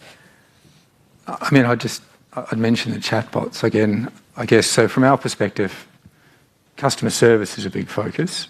And so we've been looking at how you can use chatbots to help with that. And there's really two ways of thinking about that. The one is we have one that's live for customers to use. So you can log on to the website and you can dig through the pages and the links and you can find out what the available interest rate is. Or you can just type into the chatbot, tell me what the interest rate is, and it will come up. Now, from a customer service perspective, it's a lot easier to do the second than it is necessarily to do the first. And the other side of that is the customer experience when they're in the branch and they're talking to a banker. And that sort of ties in with the training theme in a way, because you can train your bankers across every single product you have in the bank. And that's challenging because there are quite a lot of products and a banker may not necessarily see every product every day. And so there may be some period of time between them. And so having an internal chatbot allows them to ask those questions when they do see the product. They've had some training. This is the first one this month they've seen. And they can immediately just ask, oh, in this situation, what happens? And they get the information that comes up. Mm-hmm. So you're automatically improving your customer experience as well because you're helping your team in their engagement with them. So chatbots are really useful from both of those sides. One, helping customers dig through, so cut through complexity, and then helping your staff be better enabled to actually provide the service they're there for. So that would be one example I think Jasper sort of just mentioned there. Okay, well, again, I'll add something on the chatbot. That was our fourth RegTech year, and that we're calling it a technology assistance guidance or something like that. And to be generic, and no one knows what you're talking about when you use that language. But we are doing a trial at the moment, very much on the question about what kind of license do I need? And do I need a license? If so, what kind of license? So we're trying to grapple with our guidance and communication on that and turn it into a chatbot vehicle. And we plan to share again the findings of that experience with the community once we get closer to that. So that's our fourth initiative. So I'm really pleased to hear all those things. I was probably now going to just move to challenges and barriers. So we've heard about opportunities, and any of you can chip into this. Maybe I don't know whether you'd like to go first, Mark, or not. I mean, yeah, if you're talking about challenges, then I'm happy to go to you first. Let me pose you the challenge sure. Okay, we've got these grand technologies we could apply, and we've got a problem suite. Okay, what are some of those core barriers that people come up against? And we've heard some in the presentations earlier, but it'd be interesting to hear from the panel. So challenges to a researcher mean sort of research opportunities. So they're good things for us. And we tend to focus more on technology research, so looking at the underlying mechanisms. I think one of the big challenges that we have been focused on for a long time and continue to focus on, and I'll keep Jasper happy by talking about digital legislation, machine interpretable digital legislation. So we're trying to understand, and people, I think Gleb earlier mentioned the challenge of trying to understand what the obligations are in the rules, and then mapping those to controls as well. But actually just understanding what the obligations are in the first place in legislation and all the other legislative instruments is a big challenge. People want natural language processing to be a sort of a magic silver bullet for ingesting all of those and understanding it. But it's hard. And partly it's a chicken and egg problem because you need a lot of training data, but we don't have the rules because how do we get the rules? Because we don't have natural language processing to generate the rules. So where do we start? So I think that's, from our point of view, a sort of a part of a long-term research agenda is to define new ways of representing what these obligations are and the sort of conditions under which they arise or are excused, so that we can have machines to interpret these rules and apply them in different contexts. Okay, so there we go. Before we even get going, the first barrier is what is the law? What are your requirements? And that's interesting. A number of you I know are grappling with that. Maybe just to put plugs on other regulators. So these are challenges the FCA in UK is taking a bit of lead on. So if you're interested, they've got content on digital reporting, and they're really trying to explore that in a big way, and machine executable reporting as well. Machine readable regulation. So those two things, both FCA and MAS are sort of really in that front line. So go to their web pages if you want to hear more about that. So maybe, David, if I came to you, you're dealing with these firms, and what kind of barriers hit you? Yeah, plenty. And I'm really happy to hear that, given we heard the number of use cases for RegTech. Yep. Increase sort of as we do it down the panel, that most of my clients are looking to partner more than build their own. So I see that being quite positive, because the partnering opportunities are a lot larger when you compare my clients' appetite to build is quite constrained. There's increasing pressures on budget, but with the partnering opportunities, I see a few missteps in terms of how they layer in technology and really maximise its use. So, one, not really thinking of the purpose. So, back to what Gleb was talking about, what is the purpose of the technology? How is it going to be used? How is it going to be integrated? What is the operational context in which it's going to be used? How do we provide data to it? So, I was talking to one of my banking clients, and part of their challenge was just getting good data out to this AI platform that was going to help them around analysing sort of customer drop-off points during loan origination. So just getting the data right. So when I look at the technology and the challenges, the challenge is not necessarily with the technology itself, but within the context in which it's going to be used within the organisation, and that's probably the most important thing when I'm looking to consider a sourcing opportunity for a new capability within a bank. Okay, thank you. So I'm going to ask the banking representatives here about some of those challenges, and data is one of those, data quality. But Julian, since David sort of raised it, partnering, I suppose I wanted to go to you and say, okay, give us the RegTech firm perspective. You're now knocking on the door of all these. And congratulations to Sir Red Marker for being able to sign up all three. Matt Simons, I always call him the sort of Jedi Knight of RegTech, and he manages to have people follow him into dark corners, all sorts of interesting things. Obviously, we've had long discussions about procurement cycles, and I don't know who's got longer cycles, whether it's banks or government. And you've just got to face up to that. The other issues that we've talked about for quite some time, and I think we're starting to mature, is around investment. But the real issue, I think, for a lot of the startup, scale-up type RegTechs is that they are trying to solve niche problems, and that's not necessarily going to be what the banks are looking for. They're looking for a wider suite of tools that can plug and play together. So I think the challenge that goes out to the RegTechs is, how can you work together? How can you combine in what we're sort of calling flotillas that will actually solve the raft of problems, rather than, someone who's built their RegTech from the ground up with one problem that they've been desperately trying to solve for the last 10 years.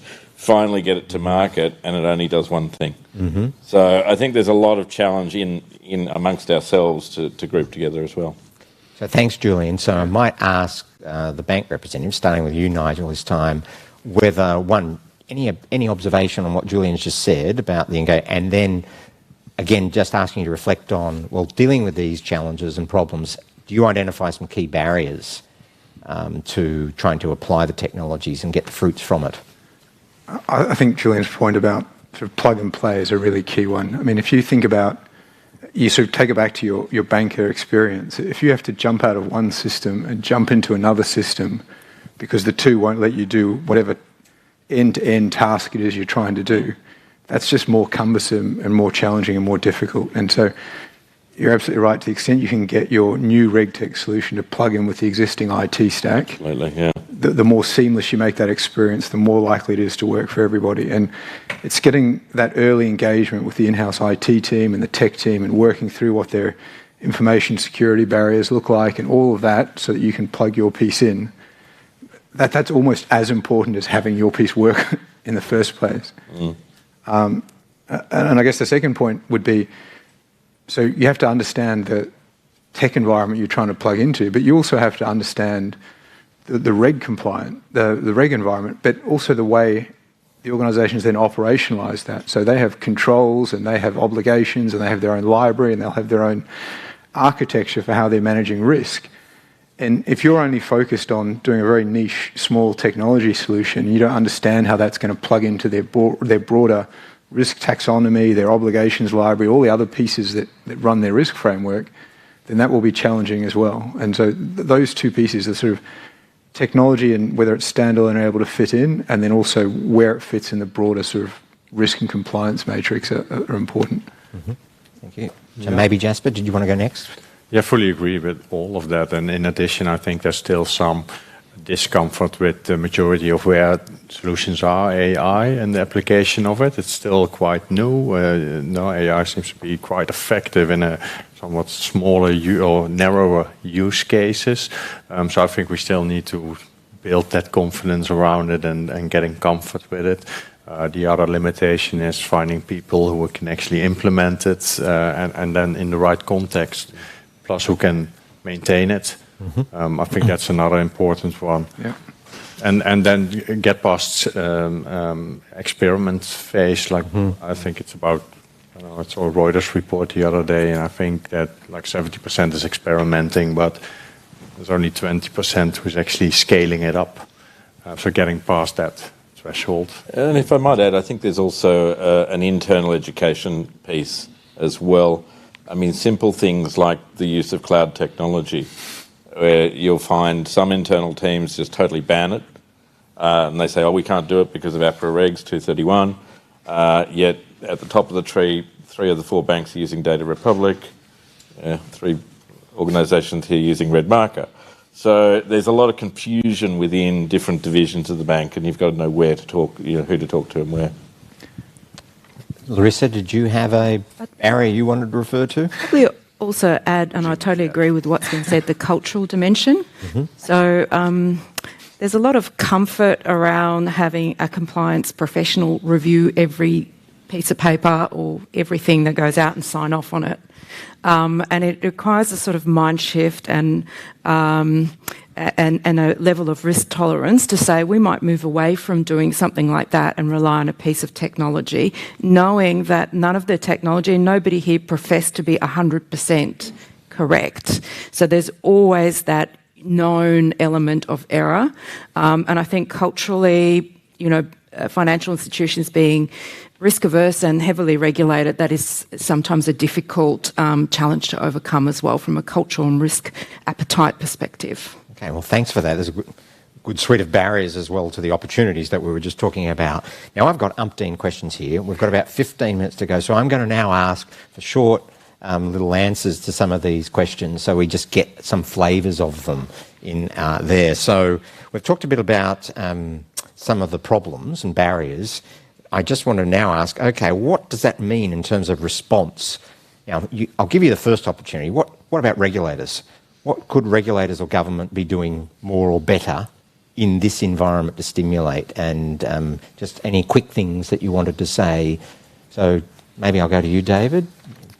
I think back to the point about cloud, so being, I guess, more interaction with both consulting firms as well as the banks just around the use of tech. So getting more contemporary, I guess, technology sort of known and appreciated, and sort of bringing everyone up to speed around what's possible. Okay, thanks, Larissa. I've dropped it in the conversation previously with you. You can extend on that. The MAS in Singapore actually provides funding to trial and develop RegTech for financial institutions. So just floating it out there as a as a concept for ASIC to consider, or the government to consider. ASIC. I deliberately used the word government and regulators to sort of enlarge it, so I'll capture it in that way. Yeah. Thank you. Mark, you're partly government. Sort of. I guess one dream would be having regulators publish machine interpretable rules, business rules, for the obligations, not just the text, but also these other artefacts that can help people navigate the law.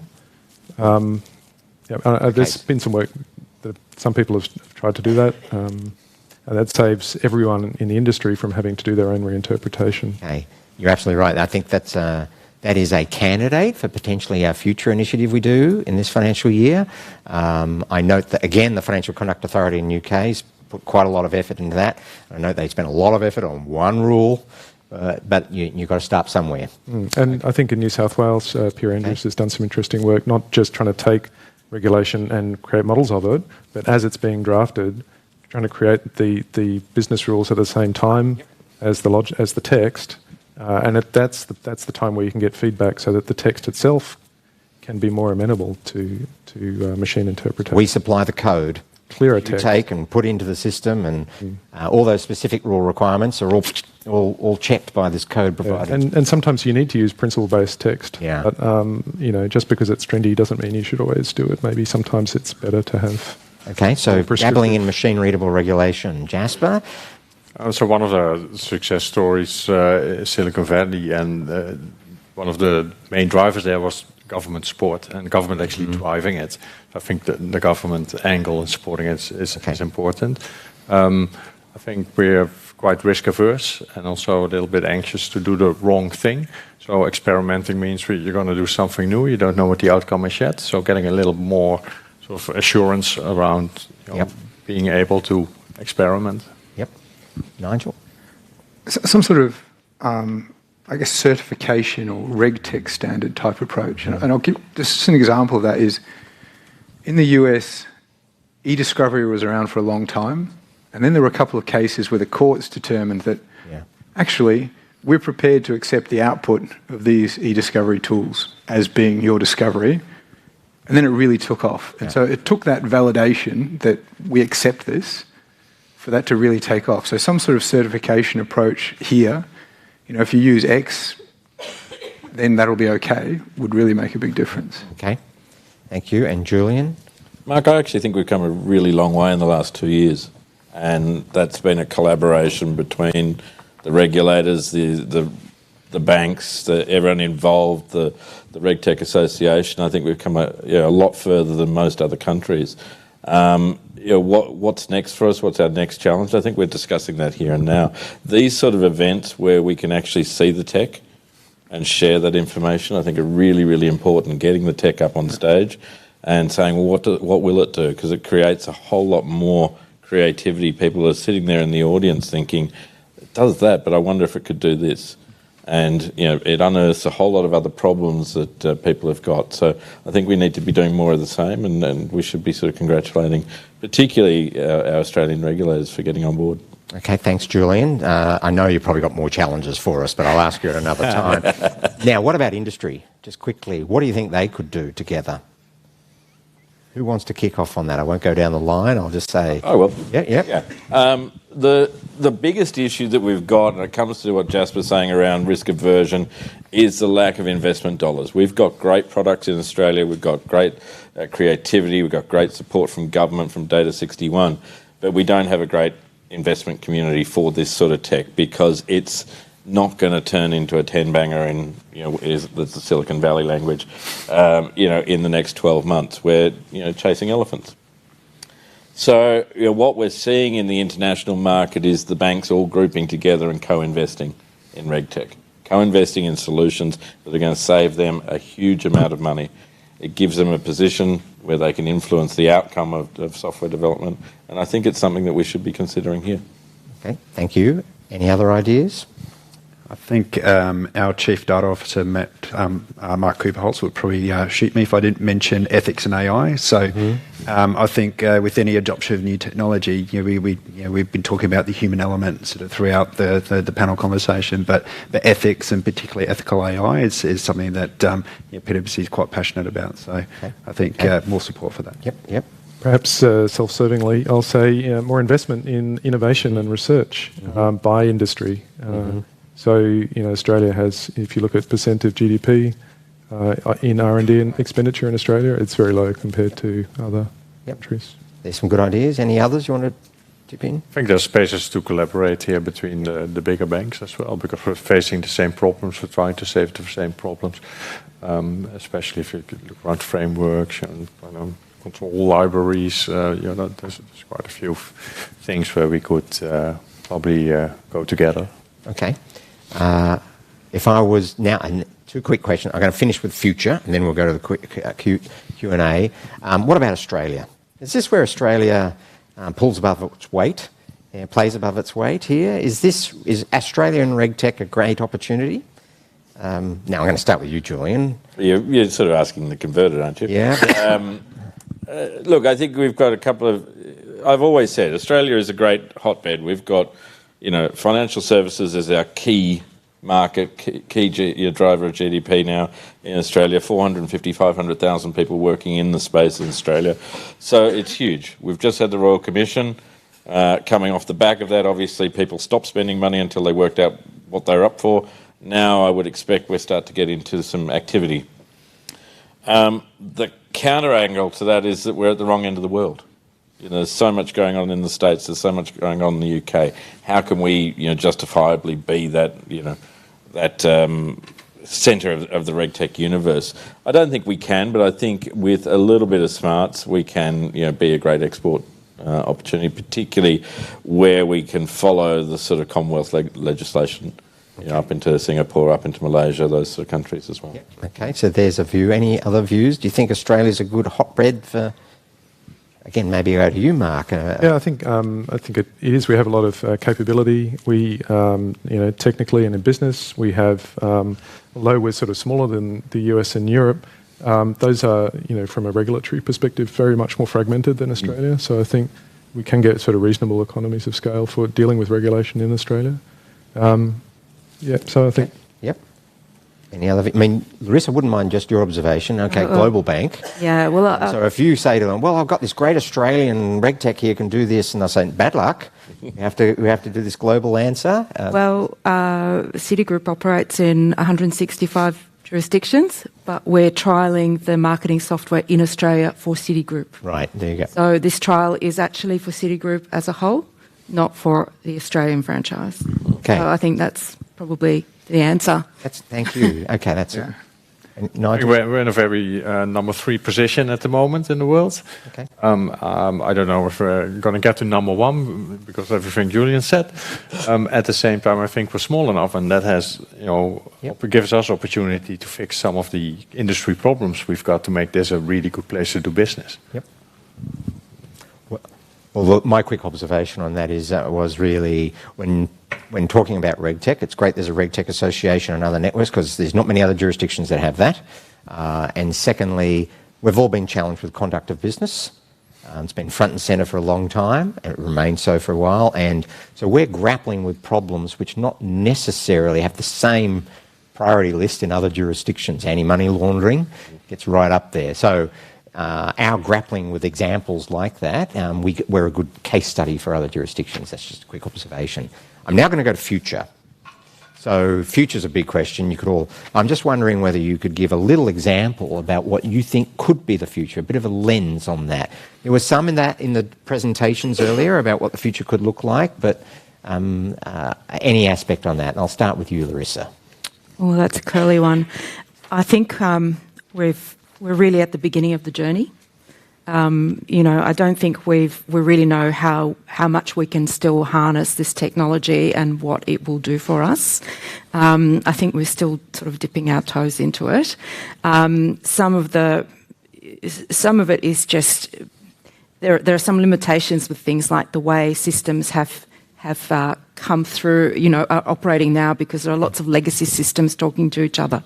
There is data that's been held in a variety of different formats. So we're coming off a place where there's so many challenges. It's difficult to predict how quickly, once we've overcome those challenges, and we're operating in an environment that is actually fit for, plugging on top of it these technologies, how quickly it will take off. Okay. So I think we'll see an acceleration, like once we've dipped our foot in the water and it's been a success, it'll take off. And I take that as optimistic uncertainty. Correct. Correct. Who would like to go next about a vision for the future? Nigel?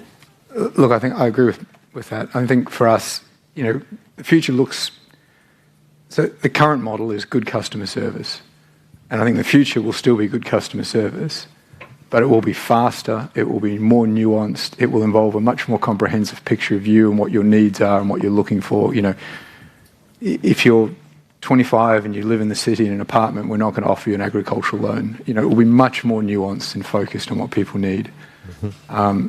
And so that speed, that granularity and that turnaround will be the future. Okay. Anyone else? Well, let me paint this little bit of a future and whether it's reality. I think everyone has said that all these tools are about contributions within a whole stack of technology and compliance by design, frontline and backline. I suppose all that interaction on the consumer, it's bringing together all that communication in a digital readable format, analysed across the entire sample, real-time and preventative, and post-trade, post-analytics as well. That's the sort of thing I shoot for in terms of what a future could be, and all these are directed towards that. When I say that to some people, say, hang on, there's scepticism to that, but anyhow, I don't know whether anyone wanted to observe, is my future stupid? I think that's where we're all heading. It's just not here yet, but it is on the horizon, I think. Okay. I think some of the challenges, you can apply RegTech inside the regulator and inside industry, but trying to actually have a uniform bridge across those two is, I think, one of the interesting challenges to achieve that. We didn't have vision. time to talk about the interesting roles, and I don't know, a little glimmer into that role. I always think of the market space, which I used to work involved in a bit, and so there's brokers using the technology, there's the market operator using technology, and then there's the regulator using the technology. It's fundamentally similar technology in the middle, all from different lenses and perspectives, with potentially different connections and nodes to that information. And what's the responsibility of who in that and what roles? I think that is going to be one of our questions of the future too, some of the things that you mentioned. I think just integrating all of this as well, as a comment made before, that's inside enterprise, it's not just regulatory compliance, but also there's a broader risk perspective. And then I think perhaps more in the future, we'll be also integrating this more ethical perspective into that same framework as well. Yep. And I think we're talking about integrating data sets purely from a financial services perspective. What I'm starting to see more of is how do you create that longitudinal view across your utility providers, your government, your ABS, how do you start to bring those together? I think we're only starting to scratch the surface now about how to really join those data sets together in a way that one sort of serves the regulatory purpose, but also how does that serve the consumer? How does it serve our primary industries as well? Yep. All good points. Thank you very much. I'm now going to go to questions, and this time I'm going to start by looking at the Slido because people have put some questions in there, and I'll grab a couple from there. So you don't have to look. I'll read them out to you, and maybe I'll check whether I've got to check my eyes. I had my eyes checked not so long ago, and that's interesting about technology because I went in for the optometrist just recently, and the technology was completely different. He took computer graphic photos, and it was being tested against training data sets of hundreds of thousands across the world. So I had a different test at the optometrist, just pointing that out another way. So, thanks, Mark. It was mentioned that the solutions weren't 100% accurate, but humans aren't perfect. Do we place higher expectations on RegTech solutions compared to people? Did anyone want to make a comment on that? I think I made that comment about reliance on humans. I totally agree with the comment, but it's easier to find who's responsible, I guess. It's an accountability issue. If the machine has failed internally, I think there is less clear accountability of where the problem is. So that's why, it's kind of easier to deal with humans. And I think there is an assumption that humans will be 100% accurate, and that isn't a fair assumption either. Yeah, I think there's a couple of issues there. One is that, we've got this huge amount of drudgery in the compliance area that has to be dealt with on a day-to-day basis. As Matt Simons would call it, it's a human rights abuse.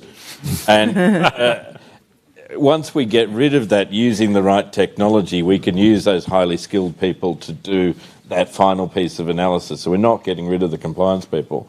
But the flip side of that is we don't have any university degrees in compliance. We're not producing new compliance people, and yet the rate of regulation is increasing every day.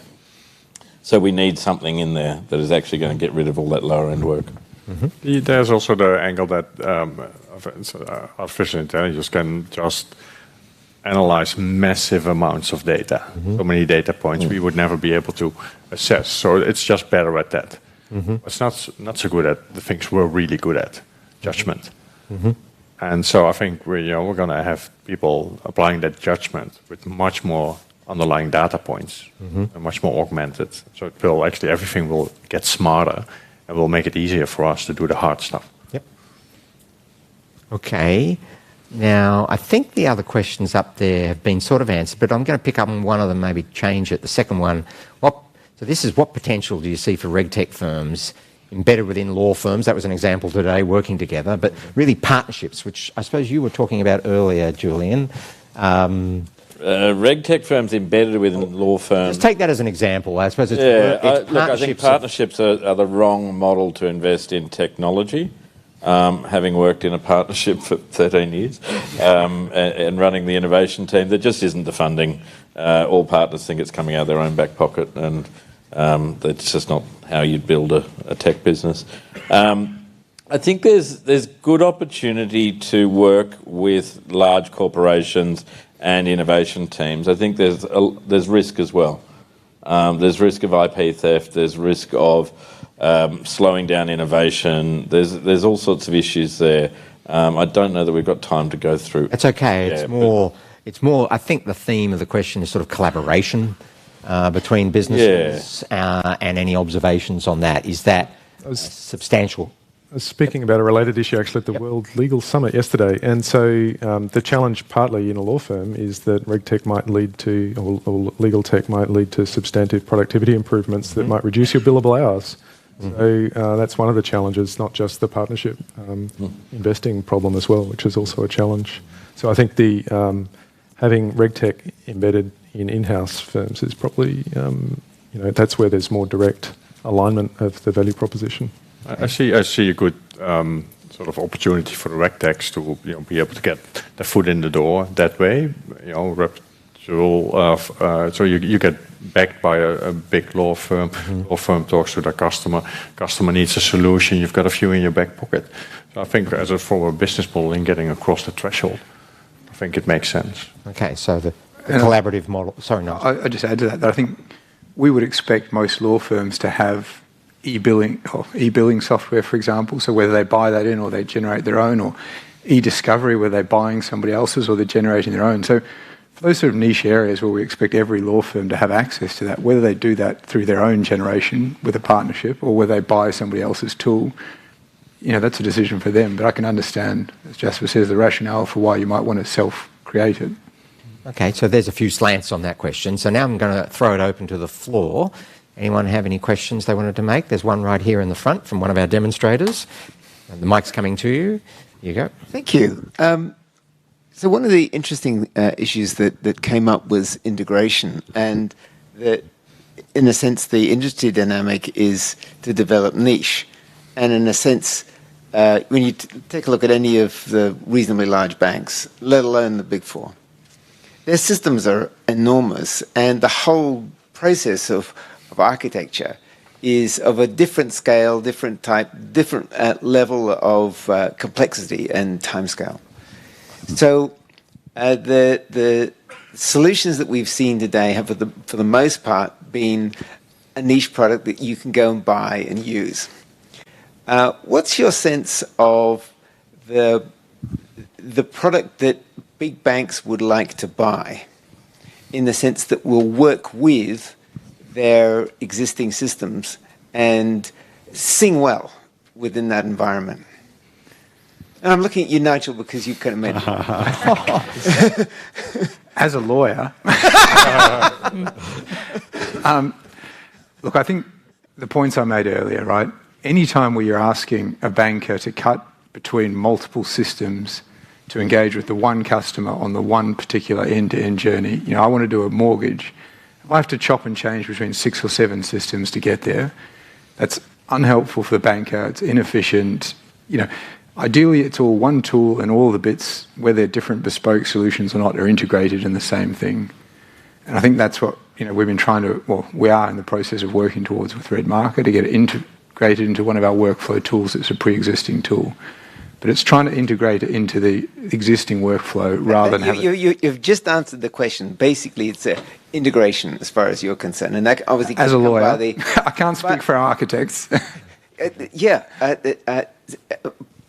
One of the great difficulties in working with large organizations is that they have architects. Yeah. Because architects want to do everything themselves, and they want everything to take 3 years, and we're going to buy that in 5 years' time. So just come back in 5 years, and then we can do it. That's a really gross generalisation about architects.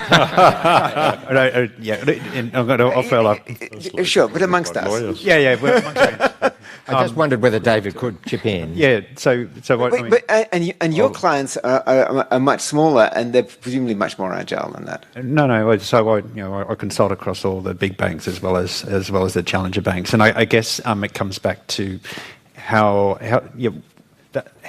the solution being architected. And when I say solution, the compliance solution, because I actually quite like the niche providers from a RegTech perspective, because they do solve very specific problems. And when you architect it well in terms of integration, in terms of workflow, they start to plug the gaps that the big providers have. So when I think about larger providers of compliance or risk solutions, they tend to, none of them here, but they tend to provide quite a homogenous solution across a wide variety of specific problem spaces. And so the niche providers do start to offer up very specific solutions that are emerging. They are more nimble. We compare them to larger providers. They are able to react faster. They are able to form the raft, for the flotilla to attack a particular problem. And then it gets back to how quickly can the banks or the organisations start to architect and integrate that solution in there? So the organisations that respond well to regulatory change are the ones that build nimbleness and agility into the fabric of their processes. They're able to orchestrate it, they're able to build it into the workflow, and they're able to test that successfully. So it's I do get there's sometimes there's a need to put in the big solution, but I actually do like the niche providers because they do start to provide a lot of flexibility in answering very specific questions, whether it's a new piece of regulation or a new policy. They're able to do that a lot faster than some of the bigger players. It's very welcome to hear. I would agree with that, but I think it's also incumbent on new entrants into a market to understand the market in which they're entering. And if you're bringing out a new product that won't plug and play with what your customers are using now, you're going to be in a world of pain. In my business, we made it absolutely essential that our platform would plug and play with whatever system these guys are using, because otherwise we wouldn't get past the first door. So I think it is, you've got to start from where you've been to finish and build with a view that you're going to have to plug and play with other people. Sorry, I was listening to a conversation where someone was trying to sell technology like this to a bank, and it was about architecture, but it got beyond just integration. The point was, if we're going to buy yet another product, tell me which 2 things I can retire, because there's already so much architectural complexity in the banks that's in a sense just a great as sort of friction within the banks as the regulatory challenges as well. Thank you. I might just go to see whether someone else has got a question or an observation they want to make. Yeah, there's one on this side just here. If you could wait for the mic to get to you, that would be great. Thank you. I don't know if mine's so much a question as it is a comment, but seeing how active some of the financial firms are in this space, I wonder whether it will almost become an expectation, whether it's an industry expectation or one of our regulators, who that you would be expected to be investing in RegTech, and whether and what the impact might be on smaller organisations. Will the expectation be that they set aside the funds to be able to invest, or do we leave them behind? Or, just curious. can I answer from maybe the consultant sort of perspective? So when I look at a bank's sort of discretionary spend sort of on projects, there's always a bucket for innovation. And if the innovation's only focused in certain areas, that's a failing. And I think innovation needs to look at the way that the banks are dealing with regulation, with compliance, the way they're going to internally continue to optimise and deliver a digital process, all of that. So I think from an innovation perspective, if there's not some part of the innovation team also looking at the way they're going to deliver compliance and sort of that regulatory ask in a more efficient or digital or whatever way, then that's a misapplication of innovation funds. So my expectation would be that for all banks, that they're spending at least some of the innovation funds or budgets on compliance-based activity. And I'd just add to that. I mean, cybersecurity is an example, I think. So 20 years ago, if you got hacked, it was, oh, those terrible hackers, they've hacked me. Now it's, why didn't you have better cybersecurity? So we've gone from being, it's a nice to have and it's the bad people out there, to now it's your job and it's part of running a bank or an organisation to have cybersecurity. And I think we'll get to the same point with all of this reg tech in your future vision. Is Michael Sadat in the room? Was he here? No. No. Well, Michael Sadat from ASIC actually said not so long ago that it was a basically if not, why not sort of position. That from a regulated point of view, it wasn't that they would endorse one solution over another, but there's an expectation that you would start to use regulatory technology, and if you weren't, you'd have to have a good excuse. Yep. So I think your question goes very much to some of the things I was posing. I think this is something that regulators will need to continue to reflect on. I mean, there are certain things, we normally focus on the outcomes, but there are standards and different regulators for different purposes, and I think this will be an area where there will be something, we'll have to keep engaging with it and what our stance is on it in the future. Because Nigel threw out the challenge about certification, and so that's partly one of the questions. So I think maybe time for one more question. Yep, there's one right here in the front from another demonstrator. Thanks. I have a question and possibly an observation. Upfront, thank you so much for your insights and your observations. So in the space of, sorry about that, in the space of financial advertising, what do you see as a challenge when on one hand, you're talking about personalization, but you're also talking about anonymity on the internet and privacy? What do you see pan out in that space in the coming years? And also the role of global giants like Google and Facebook, who generate a bulk of the revenue to advertising. What role do they have to play in responsible advertising and communication? Well, they're not two simple questions to answer. Anyone wanted to make any quick comments? Yes. Look, I think that there is a movement towards owning your own identity and owning your own privacy settings. So we're seeing that in areas like responsible lending, where tools are very much permissions-based. I give you permission to access my data for these specific requirements and only for this amount of time. I think that that's a trend that will continue, and that we'll find that people become much more aware of the value of their own data, and that it's not the bank's data, it's my own data, and how I choose to let people use and access that will become more within my control. Quick observation. Just on the observation around kind of the big internet sort of ecosystem players, your FANGs, as you call them, or as I call them.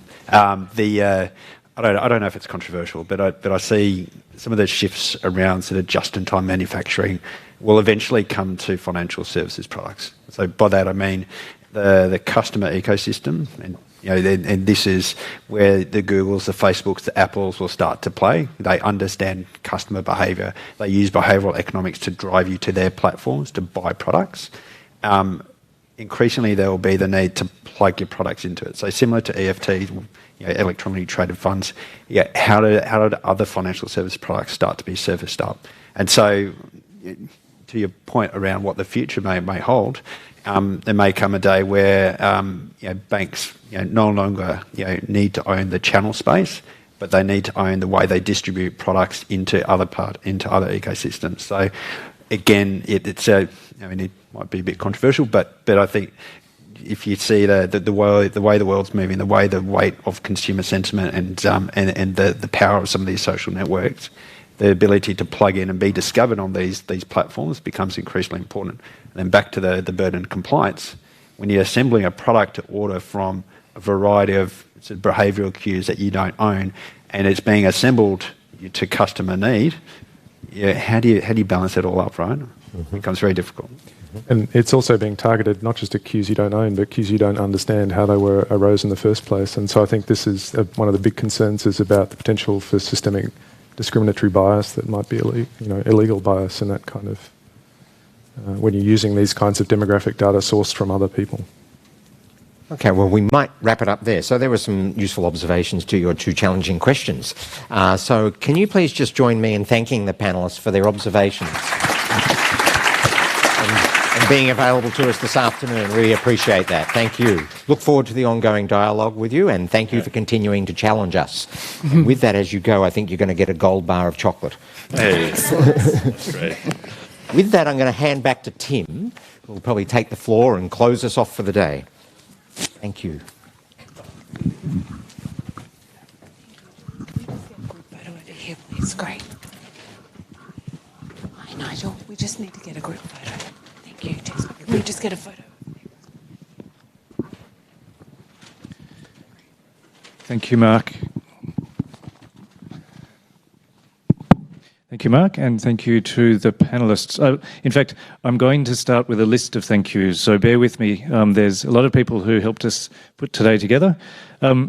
So the first thing is to thank our demonstrators, Cognitive View, Law of the Jungle, RedMarker, Syntelix and Visteo. Thank you very much. A lot of work and preparation clearly went into that, and I think you have sparked the great discussion that we had today.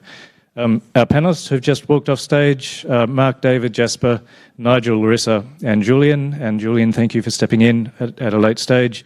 And of course to Mark, who facilitated what I think was a very insightful and very useful discussion. Thanks also, obviously, to Zoe and Gleb for losing their lunch hour and taking time to prepare and provide some really good commentary. To Craig Madden for his time and welcome to country this morning, and to host PwC for giving us this amazing venue and facilities. So very, very much appreciated. And finally, to all the ASIC staff, particularly those behind the scenes who've worked really hard to bring this together, people from the credit and banking team and the strategic intelligence group in particular. Without them, this would not have been possible. So this is the first of a series of events. The next event is on Thursday, the 22nd of August, and it's in relation to, well, the focus is on how technology can assist in improving the compliance standards and consumer outcomes relating to financial advice files. It will be in Sydney. Registrations to demonstrate and attend are still open, so there's still some opportunity, and close midnight, 11th of August. So we encourage everyone to take the time to register if they haven't already.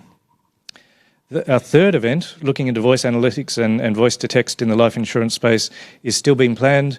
I think Mark said earlier it's likely to be held in October this year, possibly even, if I can, possibly in Melbourne, for those who are happy not to travel to Sydney for every possible event. There will be updates on our website, and updates also will be sent to all Innovation Hub and RegTech mail list subscribers. In the meantime, we're really keen to get feedback on this event, just to both to see how you think it went and for future events of this kind. You'll all receive a survey later today if you haven't received it already. We'd really encourage you to fill it out. I'm told it's very short, I think 7 questions, so please do take the time to do that. It will be really, really helpful for us. So just to conclude, I've certainly found, and I hope that you have found, today's demonstrations and discussions really interesting and really insightful. And I thought I'd take the opportunity to conclude with a few of the things that I've really taken away from this. The first, clearly there is potential for RegTech to help us solve some of the problems around financial promotions as well as elsewhere. We can see that there are trials already taking place. We can see that there are really innovative ways being used to harvest and ingest data. We can see some challenges, including around the need to have access to large amounts of data. There are numerous challenges, but as we've explored today, I think really numerous opportunities. One, and I think it's a really fundamental part of why this is important. It's not just about replacing humans with machines, it's about capacity uplift, allowing people, and often very well-trained people, to use their time better. And I think we also heard from Nigel that it's not just about using these things for compliance checks, it starts the loop as well. It's about training. They can be used as tools for a variety of purposes. So I think for all of us, it's important that we consider and continue to consider our various and shared roles in identifying what's possible, what can we do differently and what can we do better. And in saying that, I come back to something that Kathy Armour said earlier today in opening the event. These events, and this is the first of a number, these events are about illustrating the art of the possible and to challenge us all on what roles we play to promote better consumer outcomes through the use of such technologies. It's for us all to reflect on today and the further events to come, and together maintain a momentum on the power of RegTech. As she said, let us all keep an open mind. So now I'll draw proceedings to a close. There's afternoon tea. Please stick around and talk to your colleagues. Thanks very much.